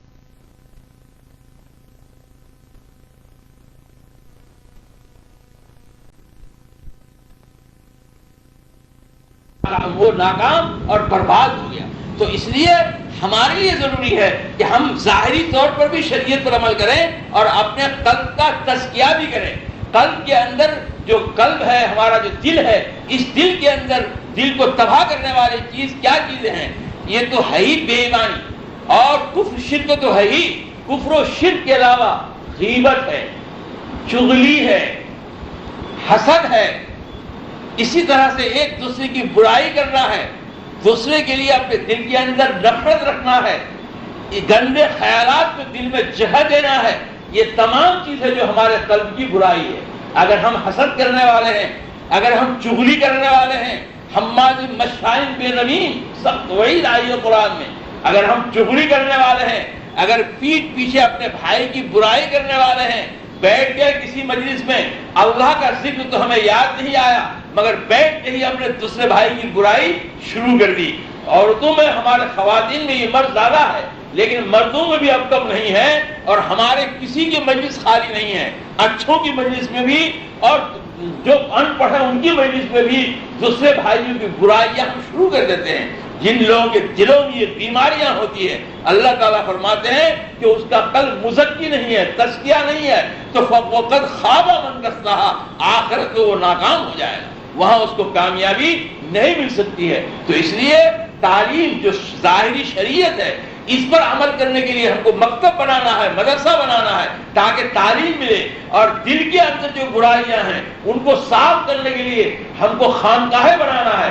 ہمارے امت کا ایسے مشائخ کا ہونا ہے، جیسے ہمارے ہندوستان میں آج بہت حضرت مولانا ابرار الحق صاحب رحمۃ اللہ علیہ ہردوئی، حضرت مولانا قمر الزمان صاحب دامت برکاتہم، حضرت مولانا سید اسد مدنی صاحب دامت برکاتہم، اسی طرح حضرت مفتی احمد خان پوری صاحب دامت برکاتہم، اس طرح کے ہمارے بہت سے مشائخ اور بزرگ مختلف مقامات پر آج ہیں جو اپنی خانقاہوں میں ہیں، اور ان کے پاس بیٹھ کر لوگ اپنے دلوں کی صفائی کرتے ہیں۔ تو اس امت کو زندہ رکھنے کے لیے ہم کو خانقاہیں بنانا پڑے گا، ہم کو مسجدیں بھی بنانی پڑے گی، اور ہم کو مدرسہ بھی بنانا پڑے گا، اور ہم کو تعلیم کا انتظام بھی کرنا پڑے گا۔ نبی کریم صلی اللہ علیہ وسلم نے ان تمام ذرائع کے ذریعے سے ہماری تعلیم و تربیت فرمائی۔ چنانچہ ایک وقت آیا ہندوستان میں کہ حضرت شاہ ولی اللہ رحمۃ اللہ علیہ کے بیٹے حضرت شاہ عبدالعزیز محدث دہلوی رحمۃ اللہ علیہ نے مدرسہ قائم کر کے پورے ہندوستان کے اندر مدرسے کا جال پھیلایا۔ میرے دوستو، اگر آج ہندوستان میں ہم دیکھتے ہیں کہ دین جگہ جگہ دین ہے، جگہ جگہ دارالعلوم ہے، جگہ جگہ مکاتب ہے، جگہ جگہ بزرگ ہے، اور وہاں سے علم کی روشنی آتی ہے، تو وہ یوں ہی نہیں ہے، 1000 سال کی قربانیاں اس کے پیچھے ہیں، 1000 سال کی قربانیاں اس کے پیچھے ہیں۔ اس کے لیے ہمارے بزرگوں نے بڑی محنت کی ہے، اتنی محنت کی ہے، جنگلوں میں جا کر، بستیوں میں جا کر، دور دراز علاقوں میں پیدل چلے ہیں، بیل گاڑیوں پر سفر کیا ہے۔ ہمارے شیخ الاسلام حضرت مولانا حسین مدنی نور اللہ برکتہ جو میرے استاد ہیں، اللہ ان کے درجات بلند فرمائے، ہم لوگوں نے انہی سے پڑھا، انہی سے کچھ سیکھا۔ ہمارے استاد کا حال یہ تھا کہ جبکہ ان کی عمر 76 سال کی ہو گئی تھی، 76 ایئر، اتنی عمر ان کی ہو گئی تھی، اس عمر کے اندر بھی بیل گاڑیوں پر دیہاتوں کا سفر کرتے تھے، بیل گاڑیوں پر دیہاتوں کا سفر کرتے تھے۔ ہم نے ہندوستان میں اپنے انہی بزرگوں کی توفیق سے پورے ہندوستان میں ہم نے بہت دورہ کیا ہے، مصیبتوں میں بہت سے گاؤں میں ہم گئے ہیں، لاکھوں گاؤں میں ہم پہنچے ہیں۔ ہم نے اپنی آنکھوں سے دیکھا ہے کہ جس بستی میں حضرت شیخ الاسلام رحمۃ اللہ علیہ کا قدم پڑ گیا ہے، آج وہاں دین کی بنیاد مضبوط ہو گئی۔ چنانچہ آپ کے گجرات کا ایک واقعہ ہمارے سامنے ہے، جمبو سر سے حضرت سفر فرما کر آ رہے تھے گنتھاریا، جمبو سر سے گنتھاریا تشریف لا رہے تھے۔ جمبو سر گنتھاریا کے بیچ میں، گنتھاریا کے قریب ایک گاؤں ہے جس میں محبین رہتے ہیں، جن کا عقیدہ، جن کو جو لوگ ہم کو غلط سمجھتے ہیں، بریلوی جن کو کہتے ہیں، بریلیوں کا ایک چھوٹا سا گاؤں تھا، چند گھر اس میں تھے، اس سے کوئی بڑی طاقت ان کی نہیں تھی۔ جمبو سر سے جب چلے، حضرت کے سامنے ذکر کیا گیا کہ حضرت ایک گاؤں ایسا ہے جو اس طرح کا عقیدہ رکھتا ہے، تو حضرت نے فرمایا کہ اگر ممکن ہو سکے تو وہاں لوگوں کو اطلاع کر دو کہ ہم وہاں رکنا چاہتے ہیں، ان کا جی چاہے آئے نہ چاہے آنا، اور میں وہاں رکوں گا۔ چنانچہ یہ اطلاع بھی وہاں دے دی گئی، حضرت وہاں سے چلے، اور جب پہنچے تو وہاں پہنچنے سے کچھ پہلے حضرت تو رات دن سفر کرتے تھے، آپ کی آنکھ لگ گئی۔ جو لوگ ساتھ تھے انہوں نے اچھا نہیں کیا، انہوں نے حضرت کو جگایا نہیں کہ حضرت تو تھکے تھکائے ہیں، اب آنکھ لگ گئی ہے۔ حالانکہ اس گاؤں کے 2-4 آدمی وہاں سڑک پر آ بھی گئے تھے، جب ان کو اطلاع ملی تھی تو وہ آ بھی گئے تھے، چاہے وہ جس نیت سے بھی آئے ہوں، وہ کھڑے تھے، مگر حضرت کو لوگوں نے نہیں جگایا۔ جب آگے بڑھ گئے اور کنتھاریا کے قریب پہنچے تو حضرت کی آنکھ کھلی، فرمایا وہ گاؤں، کہنے لگے حضرت وہ گاؤں تو گزر گیا، تو آپ نے ناراضگی کا اظہار فرمایا، کہنے لگے آپ لوگوں نے اچھا نہیں کیا، آپ کو مجھے وہاں جگانا تھا، وہاں نہیں پہنچ سکے تو آج گجرات کے اندر ہمارے لیے کلنگ کا ٹیکا بنا ہوا۔ اگر حضرت کا قدم وہاں ہی پڑ جاتا تو ہمیں یقین ہے کہ آج وہاں پر بھی صحیح العقیدہ لوگ موجود ہوتے، غلط عقیدہ کے لوگ موجود نہیں ہوتے۔ تو ہمارے بزرگوں نے جو زندہ افراد تھے، اب ہمارے ملک کے اندر دین کو پھیلانے کے لیے کیا کیا جتن نہیں کیا۔ ذرا دیکھیے ہمارے اس ملک کو بڑی قربانیوں کے بعد، بڑے قربانی جان مال کی دینے کے بعد آج وہاں تعلیم اور دین ہے. یہ ایسے ہی موجود نہیں ہے. ان چیزوں کو کبھی کبھی یاد رکھیے. 1844 میں ہمارے ملک کے اندر ایک شخص گیا گورنر جنرل بن کر کے، جو اس ارادے سے گیا کہ ہندوستان سے دین کی تعلیم کو ختم کر دینا. آج جو مدرسوں کے خلاف آپ سنتے ہیں تو یہ کوئی نئی بات نہیں ہے، یہ بہت پرانی بات ہے، بہت زمانے سے یہ ہوتا آیا ہے. یہ 1844 کی بات ہے. 1844 کے اندر وہ وائسرا جب اس ملک میں پہنچا تو اس نے قرآن پاک کی تعلیم پر پابندی لگائی. مسلمانوں نے مخالفت کی اور تمام مسلمان اس کے سامنے کھڑے ہو گئے، لیکن وہ اپنی بات پر اڑا رہا. مسلمانوں میں اور حکومت کے اندر ٹکراؤ ہوا. اس ٹکراؤ کے اندر 2 لاکھ مسلمان شہید ہوئے. 2 لاکھ مسلمان اس وقت شہید ہوئے. ان میں 2 لاکھ مسلمانوں میں 51,000 علماء کرام تھے. یہ 51,000 علماء کرام 3 مہینہ 8 دن میں شہید ہوئے. میرے دوستو، میں ایک تاریخ کا طالب علم بھی ہوں. میں پورے اعتماد سے کہہ رہا ہوں کہ اگر آج پوری دنیا کے اندر دین کا چراغ چل رہا ہے تو انہی 51,000 علماء کے خون سے جل رہا ہے جو خون اس وقت انہوں نے بہایا. 51,000 علماء اس وقت شہید ہوئے. 1857 تک یہ باتیں ہو گئی. انہوں نے سمجھ لیا کہ شاید اب ہندوستان میں نہ دین رہے گا، نہ اللہ کا نام لینے والا رہے گا. جو لوگ اس کام کو کرتے تھے ہم نے ان کا صفایا کر دیا، لیکن ان کو نہیں معلوم کہ ہر ملک کے اندر اللہ کے زندہ بندے ہوتے ہیں. اللہ کے ایسے بندے ہوتے ہیں جو زندگی رکھتے ہیں، جو ایسے حالات کے اندر جھکتے نہیں ہیں، جو ایسے حالات کے اندر دبتے نہیں ہیں، جو ایسے حالات کے اندر مایوس نہیں ہوتے ہیں، بلکہ ایسے حالات وہ ہمت کر کے اٹھتے ہیں، وہ زیادہ اور قربانی دیتے ہیں. اور جتنی ان کی مخالفت کی جاتی ہے اتنی ان میں طاقت کا اضافہ ہوتا ہے. ادھر انہوں نے مشرقی یوپی کے اندر، اس زمانے میں مدرسے مشرقی یوپی کے مشرقی حصے میں اور بہار کے اندر تمام مدارس ہوتے تھے. یہ جو یوپی میں آج آپ مدارس دیکھ رہے ہیں سہارنپور دیوبند میں، اس علاقے میں اس زمانے میں مدارس نہیں تھے. یہ سارے مدارس جونپور میں تھے، اعظم گڑھ میں تھے، یہ دانا پور میں تھے، یہ سہسرام میں تھے، یہ صادق پور میں تھے. یہ سب مشرقی یوپی اور بہار کے علاقے ہیں. ان علاقوں میں بڑے بڑے مدرسے تھے. سلاطین شرقیہ کی وہاں حکومت تھی. ان بادشاہوں نے کیونکہ وہ علم سے بہت محبت رکھتے تھے تو پوری دنیا کے بڑے بڑے علماء کو جمع کیا تھا جونپور میں. جونپور خود علماء کا بہت بڑا مرکز تھا اور جونپور کو شیراز ہند کہا جاتا تھا کہ دنیا کے سارے علماء یہاں جمع ہیں. ان تمام مراکز کو حکومت نے فوج لگائی اور ملٹری لگا کر تمام مدارس کو توڑ دیا، تمام چیزوں کو ختم کر دیا تھا. وہ سمجھ رہے تھے کہ اب ہم نے ختم کر دیا، لیکن ایک زندہ فرد اٹھا جن کا نام حاجی امداد اللہ مہاجر مکی رحمۃ اللہ ہے، جو ہمارے تمام بزرگوں کے سردار ہیں. وہی سید الطائفہ ہیں، ہماری جماعت کے، ہمارے گروہ کے وہی سردار ہیں حاجی امداد اللہ مہاجر مکی. وہ انسان کہ جن کو اتنا بھروسہ تھا اللہ پر اور اللہ کے رسول صلی اللہ علیہ وسلم پر کہ جب وہ تشریف لائے حجاز مقدس اور جب وہ مدینہ تشریف لے گئے، مدینہ پہنچے تو مدینہ پہنچ کر ایک مسجد میں قیام کیا، کسی کو اطلاع نہیں دی. ہمارے بزرگ یہ کہا کرتے ہیں کہ جب حرمین شریفین میں جاؤ تو اپنے کو ظاہر مت کرو، وہاں تو تم غلاموں کے غلاموں کے غلاموں کے غلام بھی نہیں ہو. جو نبی کریم صلی اللہ علیہ وسلم اور اللہ کے غلام ہیں ان غلاموں کے پیر کے دھول کے برابر بھی تو ہم نہیں ہیں. اس لیے جب حرمین شریفین میں جاؤ تو اپنے کو ظاہر نہ کرو. دوسری بات یہ ہے کہ وہاں جب تم مکہ مکرمہ جاتے ہو تو تم اللہ کے مہمان ہوتے ہو اور جب مدینہ منورہ جاتے ہو تو رسول صلی اللہ علیہ وسلم کے مہمان ہوتے ہو. لہذا تم وہاں کسی پر میزبانی کا بانٹ ڈال کر کے اپنے کسی رشتہ دار پر اعتماد کر کے جاؤ گے ارے کیا ہے مکہ میں تو میرے 2 رشتہ دار رہتے ہیں، تو اس کا معنی یہ ہے کہ تم نے اللہ کو اپنا میزبان نہیں بنایا، اپنے رشتہ دار کو اپنا میزبان بنایا اور اللہ کو چھوڑ کر اگر اپنے رشتہ دار کو میزبان بنایا تو تمہاری وہاں مہمانی نہیں ہونے والی، تم وہ تکلیفوں کا سامنا کرنا پڑے گا. تو حضرت حاجی امداد اللہ مہاجر مکی جب تشریف لے گئے مدینہ منورہ تو وہ جانتے تھے، چھپ کر گئے.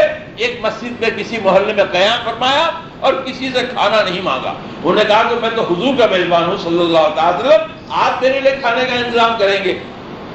تو یاد رکھیے جب کوئی آدمی آزمائش میں ہوتا ہے تو جلدی اس کو کامیابی نہیں ملتی ہے، پہلے اس کو بھی تپایا جاتا ہے، پرکھا جاتا ہے کہ آیا محبت کتنی ہے ان میں، یہ وہ دودھ پلانے والا مجنو ہے یا خون دینے والا مجنو ہے، کون سا ہے؟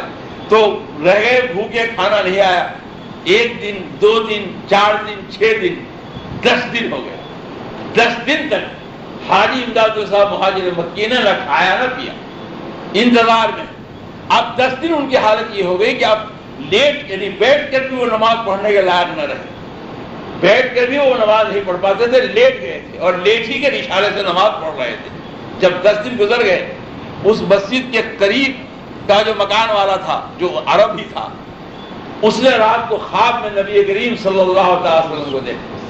حضور صلی اللہ علیہ وسلم خواب میں تشریف لائے اور فرمانے لگے بھائی تیرا مہمان ہے یہاں تیری مسجد میں میرا مہمان بیٹھا ہوا ہے اور تم لوگ ان کو کھانا نہیں پہنچاتے، اور پھر آپ چلے گئے۔ وہ تو عرب اچھلتے ہوئے بیدار ہوا، نبی کریم صلی اللہ علیہ وسلم کو دیکھا، پھر اس کو اس کی بھی خوشی ہوئی کہ اپنے مہمان کی میزبانی کے لیے میرے آقا نے مجھ کو منتخب کیا۔ وہ دوڑے ہوئے مسجد میں گئے، جا کے دیکھا کہ ہاں ایک آدمی پڑا ہوا ہے، لیٹا ہوا، اپنے گھر میں آیا، جو اس کی ہستی اور صلاحیت تھی اپنی ہستی اور صلاحیت کے مطابق اچھا سے اچھا کھانا تیار کیا، اور اچھا کھانا تیار کر کے وہ لے گئے اور حاجی صاحب کی خدمت میں پہنچے، ان کو تو اٹھایا مشکل سے، تھوڑا تھوڑا کھانا کھلایا، اور پھر جب تک حاجی صاحب وہاں رہے اس نے کہا کہ میرے علاوہ تم کسی کے یہاں کھانا نہیں کھاؤ گے، حضور صلی اللہ علیہ وسلم نے تمہارا میزبان مجھ کو مقرر فرما دیا۔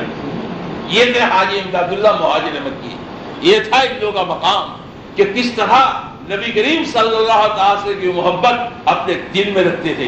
تو بہرحال حاجی امداد اللہ مہاجر مکی رحمۃ اللہ علیہ یہ زندہ انسان تھے، جب وہاں پر ایسے حالات پیش آئے تو یہ کھڑے ہو گئے دوآبا کی سرزمین میں۔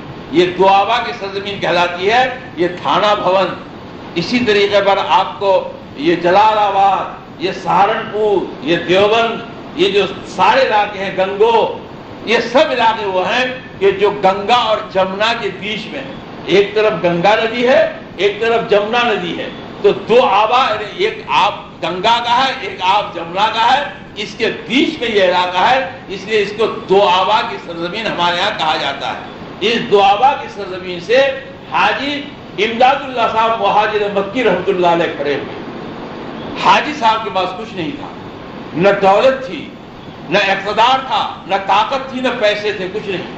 وہ کھڑے ہوئے اور اپنے دائیں اور بائیں 2 شاگردوں کو کھڑا کیا، ایک تھے حضرت مولانا قاسم نانوتوی رحمۃ اللہ علیہ اور ایک حضرت مولانا رشید احمد گنگوہی رحمۃ اللہ علیہ۔ اپنے 2 شاگردوں کو کھڑا کیا اور آپ نے فرمایا اس ملک میں دین کو اگر زندہ رکھنا ہے تو دین کو زندہ رکھنے کے لیے دین کے تعلیم کے اس سسٹم کو، اس نظام کو زندہ رکھنا ہوگا۔ اگر یہ نظام ختم ہو گیا تو دین یہاں سے مٹ جائے گا۔ اس لیے اگر انہوں نے یہ سمجھا کہ ہم نے ان چند مدرسوں کو توڑ دیا ہے اور اس سے دین کو ہم نے ختم کر دیا ہے، تو ایسا نہیں ہے، وہ بیوقوف ہیں، وہ حقیقت سے نہیں واقف ہیں۔ ہمارے بزرگوں کی محنت سے اس سرزمین کے ذرے ذرے میں دین پہنچا ہوا ہے، ہمیں اس کو باقی رکھنے کے لیے مدرسوں کا پھر یہ نظام قائم کرنا چاہیے۔ چنانچہ فیصلہ ہوا، بے سر و سامانی کے عالم میں دیوبند تشریف لائے، اور دیوبند میں آ کر کے وہاں ایک جھوپڑا بھی بنانے کی طاقت نہیں تھی، کچھ نہیں تھا، جھوپڑا بھی بنانے کی طاقت نہیں۔ وہ تو ایک مسجد تھی پرانی، چھتا والی مسجد کہلاتی ہے، اس مسجد کے سامنے ایک انار کا پیڑ تھا، اس انار کے پیڑ کے نیچے پہلا مدرسہ بنا۔ اس مدرسے میں مولانا محمود پڑھانے بیٹھے اور محمود نام کا طالب علم پڑھنے بیٹھا۔ پہلا استاد جو جس نے سبق پڑھایا وہ بھی محمود تھا، اور جس طالب علم نے پہلا سبق پڑھا اس کا نام بھی محمود تھا۔ اسی انار کے درخت کے نیچے پہلا سبق ہوا اور پہلا طالب علم اس مدرسے کا محمود بنا۔ وہ محمود جو اپنے وقت کا شیخ الہند مولانا محمود حسن بنا، وہ مولانا محمود حسن جنہوں نے جیل میں اپنی زندگی گزار کر ہندوستان میں اسلام کی حفاظت کا انتظام کیا۔ حضرت شیخ الاسلام نبر اللہ مرکزہ اور حضرت شیخ الہند مولانا محمود حسن رحمۃ اللہ علیہ، ان دونوں کو وہاں کی اس وقت کی حکومت نے مالٹا کے جیل میں بھیج دیا۔ مالٹا کا جیل بہت ہی خطرناک قسم کا تھا اور بڑی سختی وہاں تھی۔ اس کے اندر ڈال دیا گیا. حضرت شیخ الہند بوڑھے ہو گئے تھے, راستے میں مصر وغیرہ مالٹا سے مصر کی طرف سے راستہ جاتا ہے, جہاز پر لے جایا گیا. وہ بیمار ہو گئے, بخار آ رہا تھا. ان کے ساتھ ان کے شاگرد حضرت شیخ الاسلام تھے. عشاء کا وقت ہوا, ٹھنڈا پانی تھا وہاں, گرم پانی کا کوئی انتظام نہیں تھا. اپنے استاذ کو جب عشاء کی نماز کا وضو کرایا ٹھنڈے پانی سے تو وہ کانپنے لگے, بدن ان کا کانپنے لگا. یہ دیکھ کر کے شاگرد کے آنکھ میں آنسو آ گئے. کیا کر سکتے تھے, گرم پانی کا کوئی انتظام نہیں تھا. وہ روتے رہے. شیخ نے عشاء کی نماز ادا کی. عشاء کی نماز ادا کرنے کے بعد شیخ کو سلا دیا. شیخ سو گئے. اب شاگرد تو تھے حضرت شیخ الاسلام رحمۃ اللہ علیہ, وہ بیٹھ گئے. وہ سوچنے لگے کہ اب یہ رات گزر جائے گی, پھر کل صبح آئے گی, پھر دوپہر, پھر شام آئے گی, پھر عشاء کا وقت آئے گا, اور پھر اسی ٹھنڈے پانی سے ہم اپنے شیخ کو وضو کرائیں گے. پھر میرے شیخ کے جسم میں لرزہ اور کب کباہٹ ہو جائے گی, میں کیسے برداشت کروں گا. سوچنے لگے کیا کروں, کیا راستہ نکل سکتا ہے. ایک تجویز ذہن میں آئی. ایک پدھرا میں لوٹا میں پانی لیا اور پانی لے کر کے ایسے پیٹ کے ساتھ دبایا اور ایسے دونوں زانو کیا اس طرح.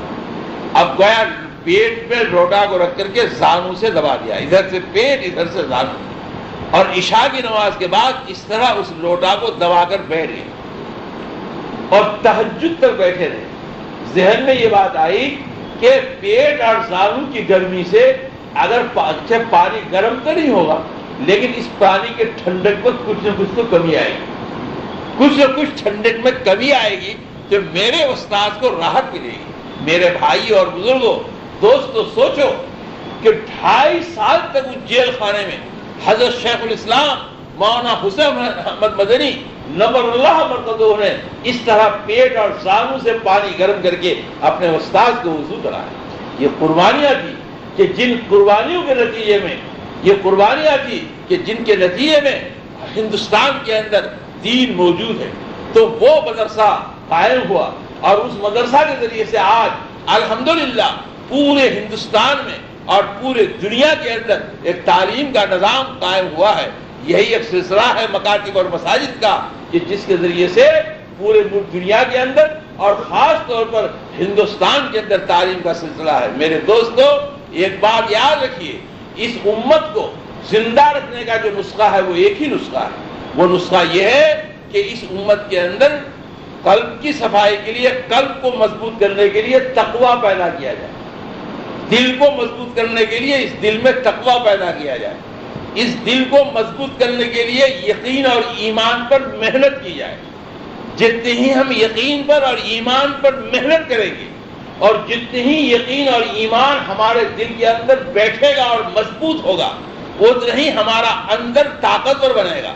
اور جتنے ہی ہم تعلیم حاصل کریں گے تو شریعت اتنے ہی ہماری زندگی میں نظر آئے گی.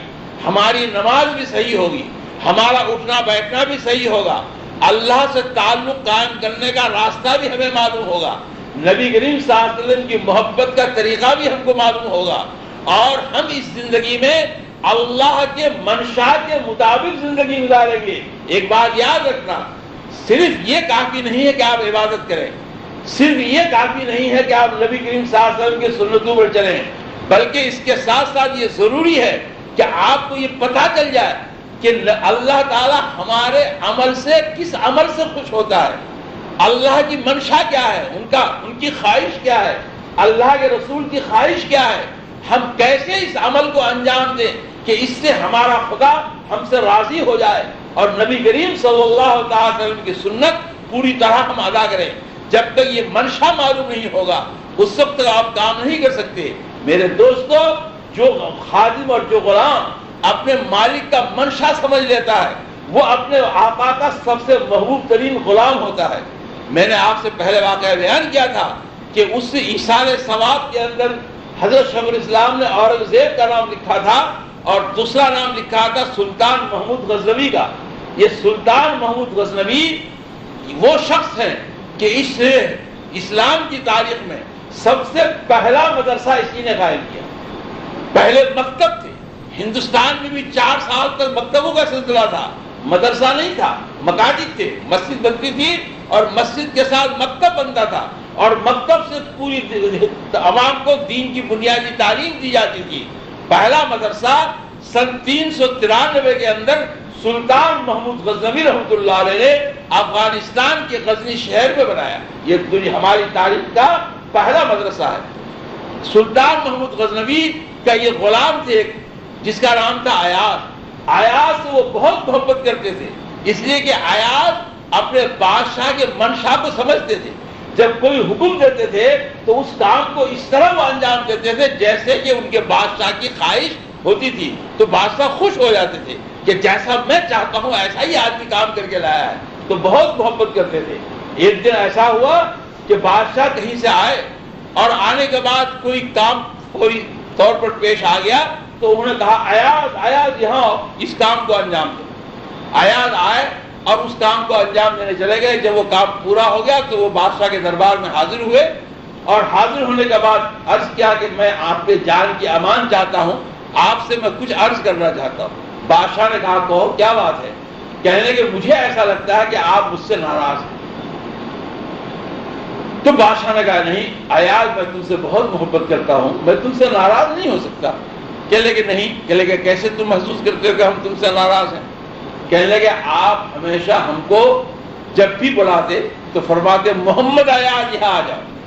ہمیشہ میں نے آج تک کبھی نہیں سنا کہ آپ نے مجھ کو صرف ایاز کہا ہو، بلکہ ہمیشہ آپ محمد ایاز کر کے پکارتا ہے۔ جب آدمی کسی سے ناراض ہوتا ہے تو نام بگاڑ دیتا ہے، لگتا ہے کہ آپ مجھ سے ناراض ہیں اس لیے آج آپ نے محمد ایاز نہیں کہا، آپ نے صرف ایاز کہہ کر بلایا، اس سے میں نے اندازہ لگایا کہ آپ مجھ سے ناراض ہیں۔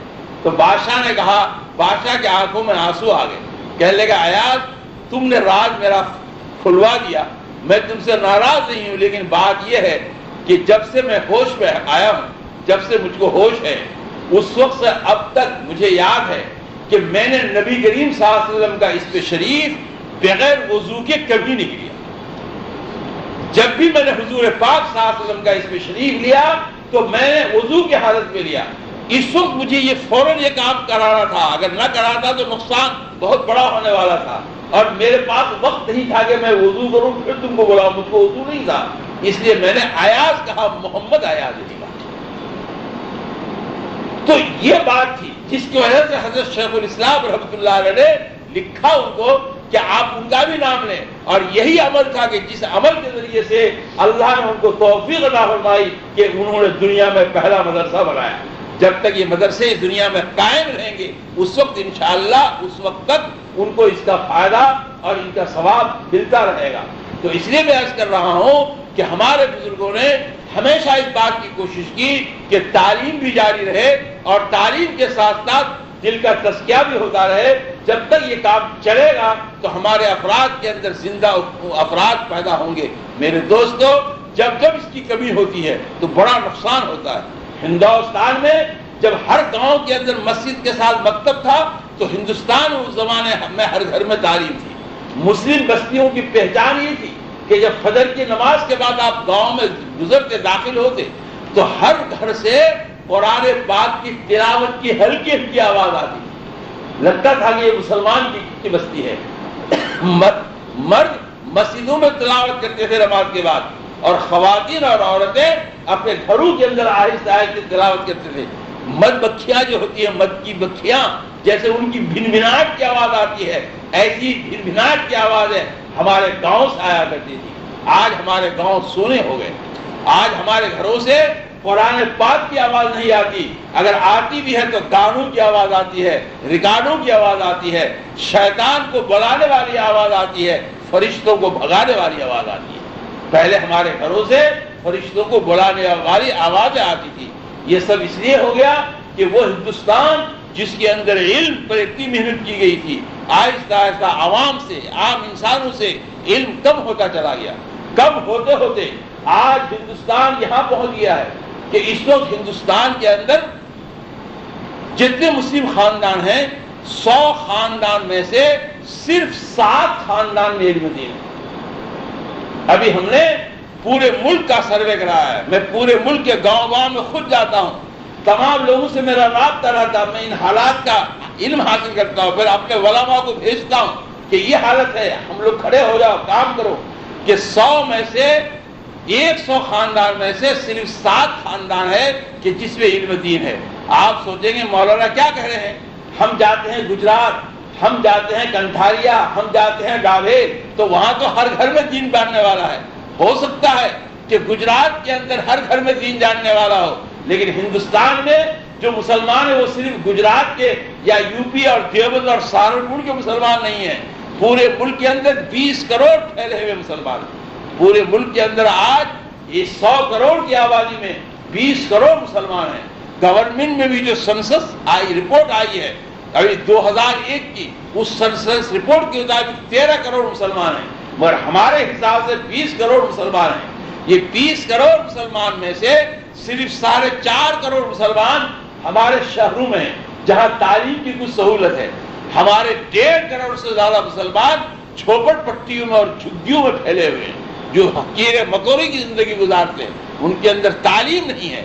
ان کے ہاں جو بچے پیدا ہوتے ہیں وہ کرمنل پیدا ہو رہے ہیں، سڑ رہے ہیں، وہ گل رہے ہیں۔ وہ ذرا یاد کرو، کیا وہ جھوپڑیوں میں جھگیوں میں رہنے والے بچے جو نشہ کے عادی ہو جاتے ہیں، جو چوری اور ڈکیتی کے عادی ہو جاتے ہیں، جو گندگیوں میں پھسلتے ہیں، کیڑوں کی طرح چلتے ہیں، کیا وہ میرے نبی صلی اللہ علیہ وسلم کی امت نہیں ہے؟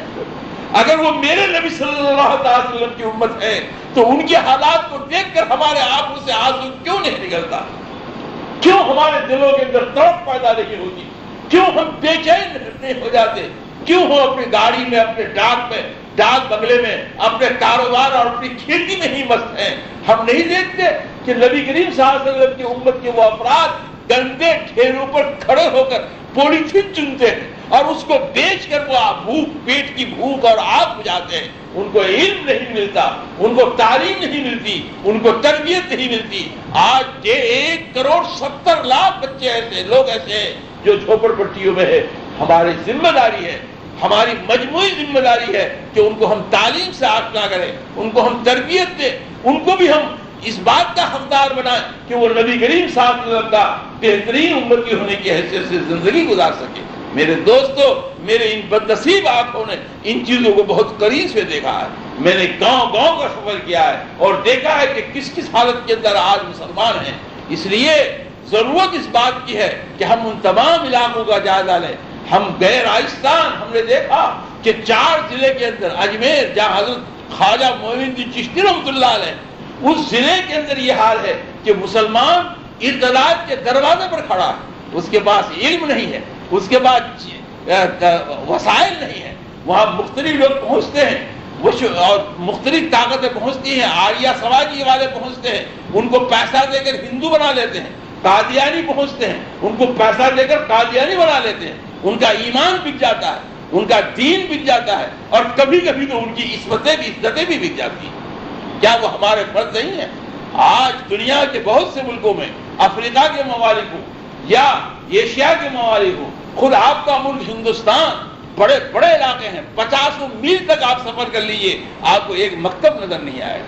ہم نے سروے کرایا، ہندوستان کے 6,65,000 گاؤں ہیں اس وقت، 6,65,000 گاؤں میں سے 4,32,000 گاؤں میں مسلمان ہیں، لیکن ابھی تک تعلیم کا جو نیٹ ورک ہم نے بنایا ہے، اگرچہ ہمارے پاس 86,000 دارالعلوم اس وقت ہیں ہندوستان میں، 86,000 میں سے 51,000 دارالعلوم ایسے ہیں جو ریسیڈنشیل ہیں، جس کے اندر بچے رہتے ہیں، کھاتے ہیں، پیتے ہیں، ان کے کھانے کا بھی نظم ہوتا ہے۔ بقیہ ایسے ہیں کہ جو ریسیڈنشیل نہیں ہیں۔ ہمارے پاس اس وقت 4,32,000 4,28,000 کے قریب مساجد ہیں۔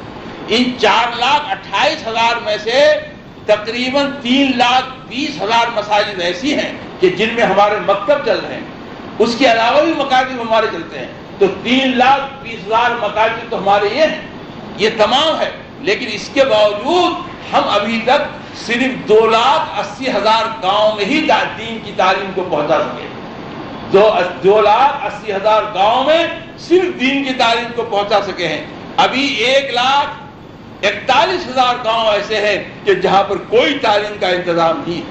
آپ بہت دور نہ جائیے، آپ کبھی اپنے وطن جاؤ، گجرات جاؤ تو پنج محل سورت سے بہت دور نہیں ہے، کھیڑا سورت سے بہت دور نہیں ہے، آپ جاؤ وہاں گاؤں کے پتہ لگاؤ، اور گاؤں میں نہ جا سکتے ہیں آپ تو آپ آمود جائیے، اور آمود کے اندر جو بچوں کا گھر اور بچیوں کا گھر بنایا گیا ہے اس میں آپ چلے جائیے، آپ جا کر کے وہاں دیکھیں گے اللہ تعالیٰ ان لوگوں کو جزائے خیر دے کہ وہ ان ضلعوں سے، ان گاؤں سے جہاں کوئی دین نام کی کوئی چیز نہیں ہے، مسلمان ہیں مگر بددینی وہاں پھیلی ہوئی ہے، مورتیاں گھروں کے اندر رکھی ہوئی ہے، وہاں سے نکال کر وہ بچوں اور بچیوں کو لایا ہے اور لا کر کے یہاں پر ان کو کھانا خرچہ سب دے کر کے ان کو پڑھا رہے ہیں۔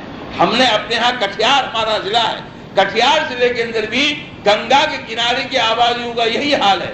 ہم نے ہمارے فاؤنڈیشن کی طرف سے ہم نے وہاں یتیم خانہ بنایا لڑکیوں کا، ابھی ہم اس علاقے سے 138 یتیم لڑکیوں کو لائے، اگر ہم نہ لائے ہوتے تو وہاں رہ کر کے وہ بھی اپنا ایمان کھو چکی ہوتی، کیونکہ اس کا ماں باپ نہیں ہے، ان کو یہاں رکھا، ان کو پڑھا رہے ہیں، ان کو تعلیم دے رہے ہیں، انشاءاللہ ان کی شادیوں کا انتظام اللہ چاہے گا تو ہم کرائیں گے۔ تو اس طرح جگہ جگہ ہے، تو آپ جہاں بھی ہیں دنیا کے جس ملک میں بھی ہیں ہمارا رشتہ ایک ہے، آپ یہاں پر ہو، آپ یہاں رہ کر جس وطن سے آئے ہو وہاں کے بھی بارے میں سوچتے رہیے، یہاں پر بھی یہاں پر جو کمزور طبقہ آپ کا ہے، آپ آئے ہیں پوری دنیا کے لیے نفع بخش بن کر، جس دن یہ امت پوری دنیا کے لیے نفع والی بن جائے گی اس دن کوئی طاقت دنیا کی اس امت کو پیچھے نہیں ہٹا سکے گی۔ قرآن نے اعلان کیا ہے کہ فَأَمَّا الزَّبَدُ فَيَذْهَبُ جَفَا وَأَمَّا مَا يَنْفَعُ النَّاسَ فَيَمْكُثُ فِي الْأَرْضِ۔ قرآن نے اعلان کیا کہ وہ چیز جو دنیا کے کسی انسان کے لیے نفع پہنچانے والی نہیں ہوتی ہے، وہ انسان جس سے دنیا کے کسی شخص کو نفع نہیں پہنچتا ہے تو وہ تو جھاگ ہے، جھاگ، یہ جو پانی میں جھاگ ہوتا ہے، تو پانی کا جو جھاگ ہے یہ نفع نہیں پہنچانے والا ہے، نہ کھا سکتے ہو، نہ پی سکتے ہو، نہ جلا سکتے ہو، نہ لیپ پوچھ سکتے ہو، کوئی کسی کام میں نہیں آتا، تو یہ جو جھاگ ہے یہ جھاگ نفع بخش نہیں ہے۔ اللہ فرماتے ہیں کہ یہ جھاگ اپنا وجود کھو دیتا ہے، جس کا وجود باقی نہیں رہتا۔ وَأَمَّا مَا يَنْفَعُ النَّاسَ، مگر وہ چیزیں جو انسانوں کو نفع پہنچانے والی ہوتی ہیں، فَيَمْكُثُ فِي الْأَرْضِ، اس کی جڑوں کو ہم زمین میں گاڑ دیتے ہیں، اس کو ہم مضبوط کر دیتے ہیں، اس کو ہم جما دیتے ہیں۔ تو اگر آج یہ امت دنیا میں جہاں بھی ہے، آپ جس ملک میں بھی ہیں، اگر اس ملک میں رہنے والے غریبوں، اس ملک میں رہنے والے کمزوروں، اس ملک میں رہنے والے مختلف نسلوں کے لوگوں کے ساتھ اگر آپ کا معاملہ احسان کا ہو، آپ کا معاملہ بھلائی کا ہو، اور آپ کا معاملہ خیر کا ہو، آپ اچھا سے اچھا کام ان کے لیے کر سکیں اور وہ محسوس کریں کہ آپ ان کے لیے نفع بخش ہیں، تو اس ملک میں بھی اللہ تعالیٰ آپ کے جڑوں کو گاڑ دیں گے۔ اچھا مجھے پانی کی دین نہیں لیتا ہوگا، اس لیے نبی کریم صلی اللہ علیہ وسلم نے یہ فرمایا ہے کہ اس امت کی ذمہ داری ہے کہ وہ جہاں رہے وہ اپنا نفع، اپنے کو نفع بخش ثابت کرے۔ یہی وجہ ہے کہ نبی کریم صلی اللہ علیہ وسلم نے پڑوسی کے سلسلے میں بہت سخت تاکید فرمائی۔ حکمت ہے، یہ یوں تقریر نہیں ہے کہ بھئی پڑوسی کی مدد کرو۔ حضور اکرم صلی اللہ علیہ وسلم فرماتے تھے کہ جب حضرت، مجھے یاد ہے کہ حضرت جبرائیل علیہ السلام جب بھی میرے پاس آتے تو مجھ کو پڑوسیوں کے حق کے بارے میں ضرور یاد دلاتے، تو فرمایا کہ کبھی تو مجھ کو یہ احساس ہونے لگتا تھا کہ کہیں یہ پڑوسی ہمارے وراثت کا حصہ دار نہ بن جائے، اتنی وہ تاکید کرتے تھے۔ پھر پڑوسی کا جو مطلب اسلام نے بیان کیا ہے اس سے مطلب مسلمان نہیں ہے، پڑوس کا مطلب آپ کے گھر کے ساتھ جس کا گھر ہے، چاہے وہ مسلمان کا ہو، چاہے وہ کسی بھی مذہب کے ماننے والے کا ہو، چاہے وہ کالے کا ہو یا گوڑے کا ہو، چاہے وہ عربی کا ہو یا اجمی کا ہو، کسی بھی نسل کا ہو، کسی بھی خاندان کا ہے، وہ انسان ہے۔ آپ نے فرمایا ایک شخص کے گھر میں کھانا پکا ہے، ایک شخص کے گھر میں کھانا پکا ہے، اگر وہ کھانا کھا رہا ہے اور اس کے علم ہے کہ اس کے پڑوس میں رہنے والا انسان بھوکا ہے، وہ جانتے ہوئے بھی اپنے کھانے کا کچھ حصہ اس کو نہیں دیتا ہے، اس کو نہیں پہنچاتا ہے، تو آپ نے فرمایا کہ وہ شخص کھانا نہیں کھا رہا ہے بلکہ جہنم کے انگاروں کو اپنے پیٹ میں ڈال رہا ہے۔ یہ آپ نے فرمایا۔ آپ نے فرمایا کہ اپنے پڑوسی کا اتنا خیال رکھو کہ اپنے گھر میں اگر کوئی چیز پکاؤ تو کوشش کرو اگر تمہارے پاس کم ہے کہ اس کی خوشبو باہر نہ نکلے۔ اگر تم یہ دیکھتے ہو کہ ہم یہاں گوشت پکا رہے ہیں، اس کی خوشبو پڑوس والوں کو ضرور پہنچے گی، تو اس میں سے کچھ شوربہ، کچھ بوٹی نکال کے تم اپنے پڑوس والے کو بھی دے دو۔ یہ آپ نے فرمایا۔ یہاں تک فرمایا کہ تم کوئی پھل خرید کر لاؤ تو دکھا کر مت لاؤ، اگر دکھ گیا اور پڑوس کے بھائی بچوں نے دیکھ لیا تو تم اس میں سے کچھ پھل اپنے پڑوس والوں کو ضرور دے دینا، ایسا مت کرنا کہ تم ہی کھا لینا، تو ان کے بچوں کے دل میں تمہارے لیے کدورت پیدا ہوگی۔ جانتے اس سے کیا ہوا؟ اس کا مطلب یہ ہوا کہ ایک انسان جو اپنے پڑوسی کا اتنا خیال رکھے گا تو اس کا پڑوسی اس سے محبت کرے گا یا جھگڑا کرے گا؟ اس کا پڑوسی اس سے محبت کرے گا۔ جب تک مسلمانوں نے اپنے پڑوسیوں کے ساتھ یہ معاملہ اپنایا، دنیا کے تمام انسانوں نے ان کی عزت کی، اور جب مسلمانوں نے ان چیزوں کو چھوڑ دیا اور اپنے پڑوسیوں کے حقوق، اپنے آس پاس رہنے والوں کی خدمت اور ان پر محنت کم کر دی، تو وہی لوگ جو کل ان کے لیے مسجد بناتے تھے آج ان کی مسجدوں کو توڑنے کے لیے وہ کھڑے ہو گئے۔ اس لیے ہمیں علم کے ساتھ، نماز کے ساتھ، تعلیم کے ساتھ اپنے معاشرے میں اور اپنے سماج میں اس پر بھی ہم کو توجہ کرنی پڑے گی۔ اگر ہم اس طرح کریں گے تو انشاءاللہ ایک زندہ امت بن کر کے رہیں گے، اور جب زندہ امت رہیں گے تو انشاءاللہ قیامت تک آنے والے تمام لوگوں کی ہدایت کا ہم ذریعہ بنیں گے۔ اللہ تعالیٰ آپ کو، ہم کو، سب کو اپنی مرضیات پر چلنے کی توفیق عطا فرمائے۔ اللهم صل على سيدنا مولانا محمد وعلى آل محمد كما صليت على إبراهيم وعلى آل إبراهيم إنك حميد مجيد۔ سبحان الله والحمد لله ولا إله إلا الله والله أكبر ولا حول ولا قوة إلا بالله العلي العظيم۔ سبحان العزة والعظمة والحيوة والقدرة والكبرياء والجبروت، سبحان الملك الحي الذي لا ينام ولا يموت، سبح قدوس ربنا رب الملائكة والروح، اللهم أجرنا من النار يا مجير يا مجير يا مجير۔ اللهم إني أسألك العفو والعافية والمعافاة الدائمة في الدين والدنيا والآخرة والفوز بالجنة والنجاة من النار۔ اللهم حبب إلينا الإيمان وزينه في قلوبنا وكره إلينا الكفر والفسوق والعصيان واجعلنا من الراشدين۔ اے اللہ ہمارے گناہوں کو معاف فرما دے، ہماری خطاؤں کو معاف فرما دے۔ اے اللہ ہمارے دلوں کو اپنی طرف مائل کر دے۔ اے اللہ تو مقلب القلوب ہے، تو دلوں کے بدلنے والا ہے۔ اے اللہ ہمارے دلوں کو بے تبدیلی پیدا کر دے، ہمارے دل عبادت کی طرف متوجہ ہو جائے، ہمارے دلوں کے اندر تیری محبت اور تیرے پیغمبر صلی اللہ علیہ وسلم کی محبت مستحکم ہو جائے۔ اے اللہ تیرے احکام پر چلنے کا ہمارا مزاج بن جائے، تیرے نبی صلی اللہ علیہ وسلم کی سنتوں پر چلنے کا ہمارا مزاج بن جائے۔ اے اللہ ہم دنیا کی تمام دولت پر آپ کے احکام کو اور آپ کے نبی کی سنتوں کو سب سے قیمتی دولت سمجھیں۔ اے اللہ اس دولت کو حاصل کرنے کے لیے، اس دولت پر چلنے کے لیے ہم اپنی جان مال قربان کرنے کے لیے تیار رہیں۔ اے اللہ آپ ہماری ہی اصلاح فرما دیں، ہمارے بچوں کی اصلاح فرما دیں۔ اے اللہ ہماری اولادوں کو اس لائق بنا دے کہ آئندہ وہ اس دین کو زندہ رکھ سکے اور اس دین کو کی حفاظت کر سکے۔ اے اللہ ہماری خواتین میں، ہمارے مردوں میں، ہمارے بوڑھوں میں اور بچوں میں سب میں دین کا جذبہ پیدا کر دے۔ اے اللہ ہم آج بہت آزمائشات سے گزر رہے ہیں۔ اے اللہ ماحول ہمارے خلاف جا رہا ہے،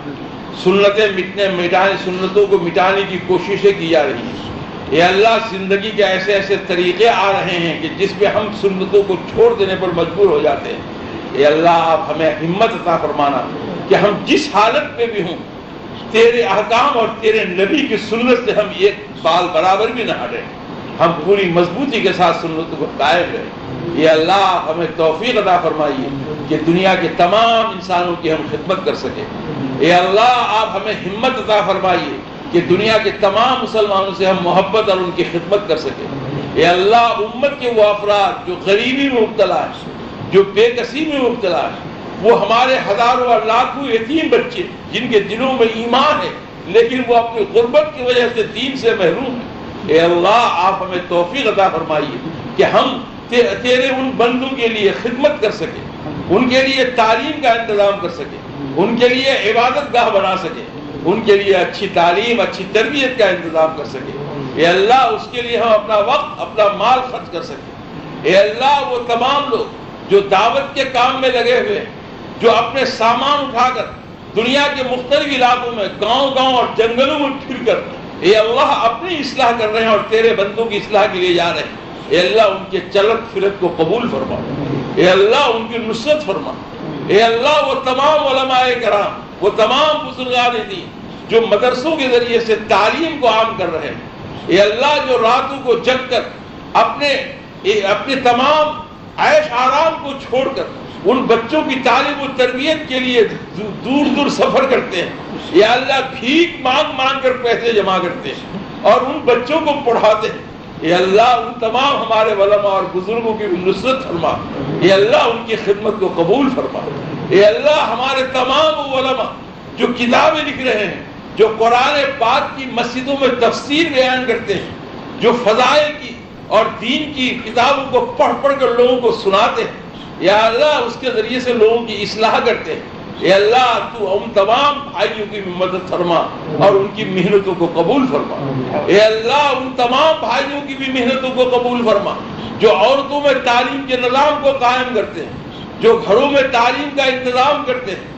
اے اللہ گھروں کے اندر تعلیم دے کر عورتوں کو دین کے قریب لانے کی کوشش کرتے ہیں، اے اللہ جس طرح تو نے مردوں کو تعلیم سے آشنا کیا ہے، ہماری ماں اور بہنوں کو بھی اپنے دین کی تعلیم سے آشنا کر دے، اے اللہ ہمارے خواتین میں بھی تعلیم کا نظم قائم ہو جائے، جو لوگ اس کے لیے محنت کرتے ہیں اے اللہ ان کی محنتوں کو تو قبول فرما لے، اے اللہ تو ان کی مدد فرما دے، اے اللہ جو لوگ تیرے کمزور بندوں کی مدد کے لیے فنڈ قائم کرتے ہیں، زکوٰۃ کی رقمیں صدقات کی رقمیں جمع کرتے ہیں، بے وگان کو پہنچاتے ہیں، یتیموں کو پہنچاتے ہیں، اے اللہ تیرے وہ نیک بندے جو معاشرہ کے ایسے غریب انسانوں کو کہ جو غریب تو ہیں لیکن وہ حیا والے ہیں، وہ بھوکے رہ جاتے ہیں مگر کسی کے سامنے ہاتھ نہیں پھیلاتے، اے اللہ ان بندوں کو بندیوں کو تلاش کرتے ہیں لوگ اور چپکے سے ان کی امداد کرتے ہیں، یہ لوگ اے اللہ وہ لوگ جو ان کی عزت کی حفاظت کرتے ہوئے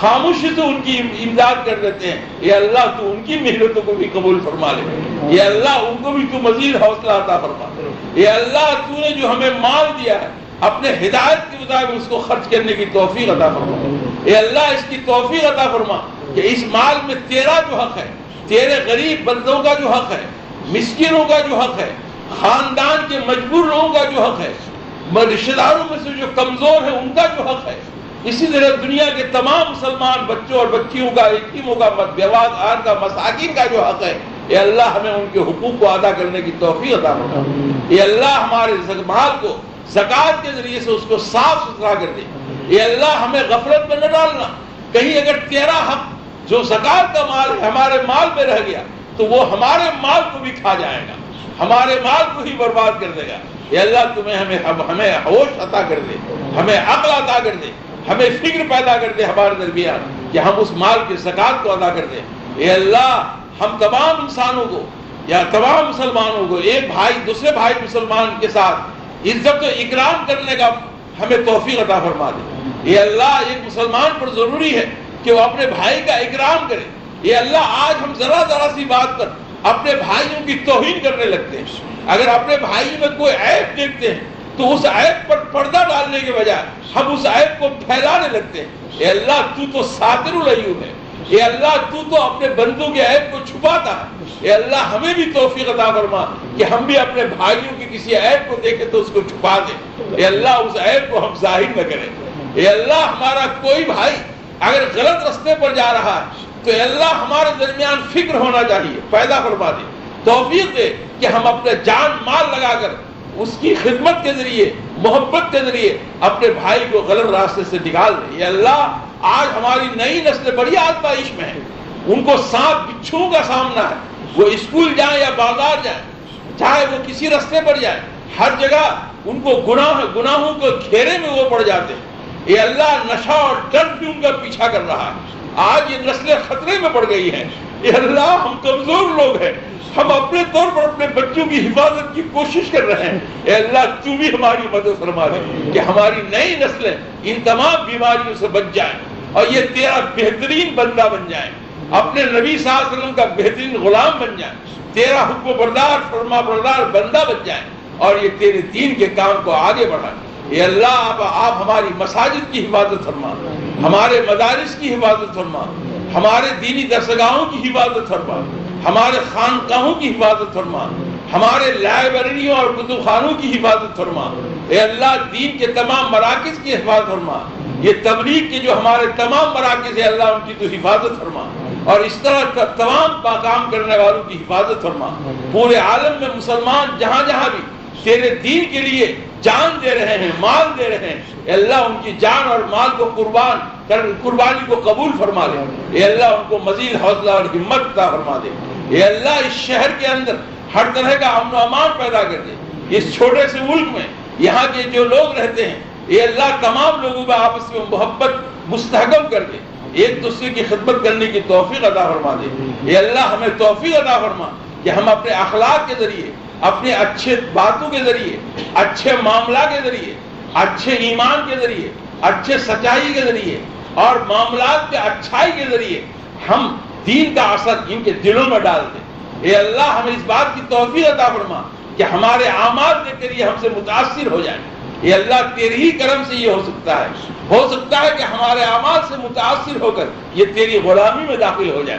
اے اللہ اس ملک میں کوئی انقلاب آ جائے، روحانی انقلاب آ جائے، تمام اچھے لوگ اچھے بن جائیں۔ اے اللہ ہمیں اس بات کی توفیق عطا فرما دے۔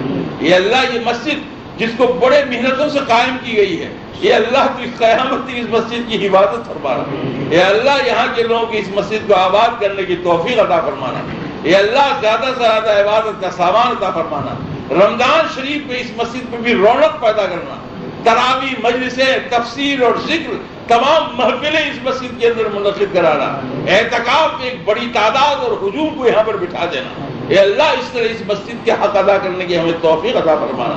اے اللہ اپنے حبیب کے صدقے سے ہماری دعاؤں کو قبول فرمانا۔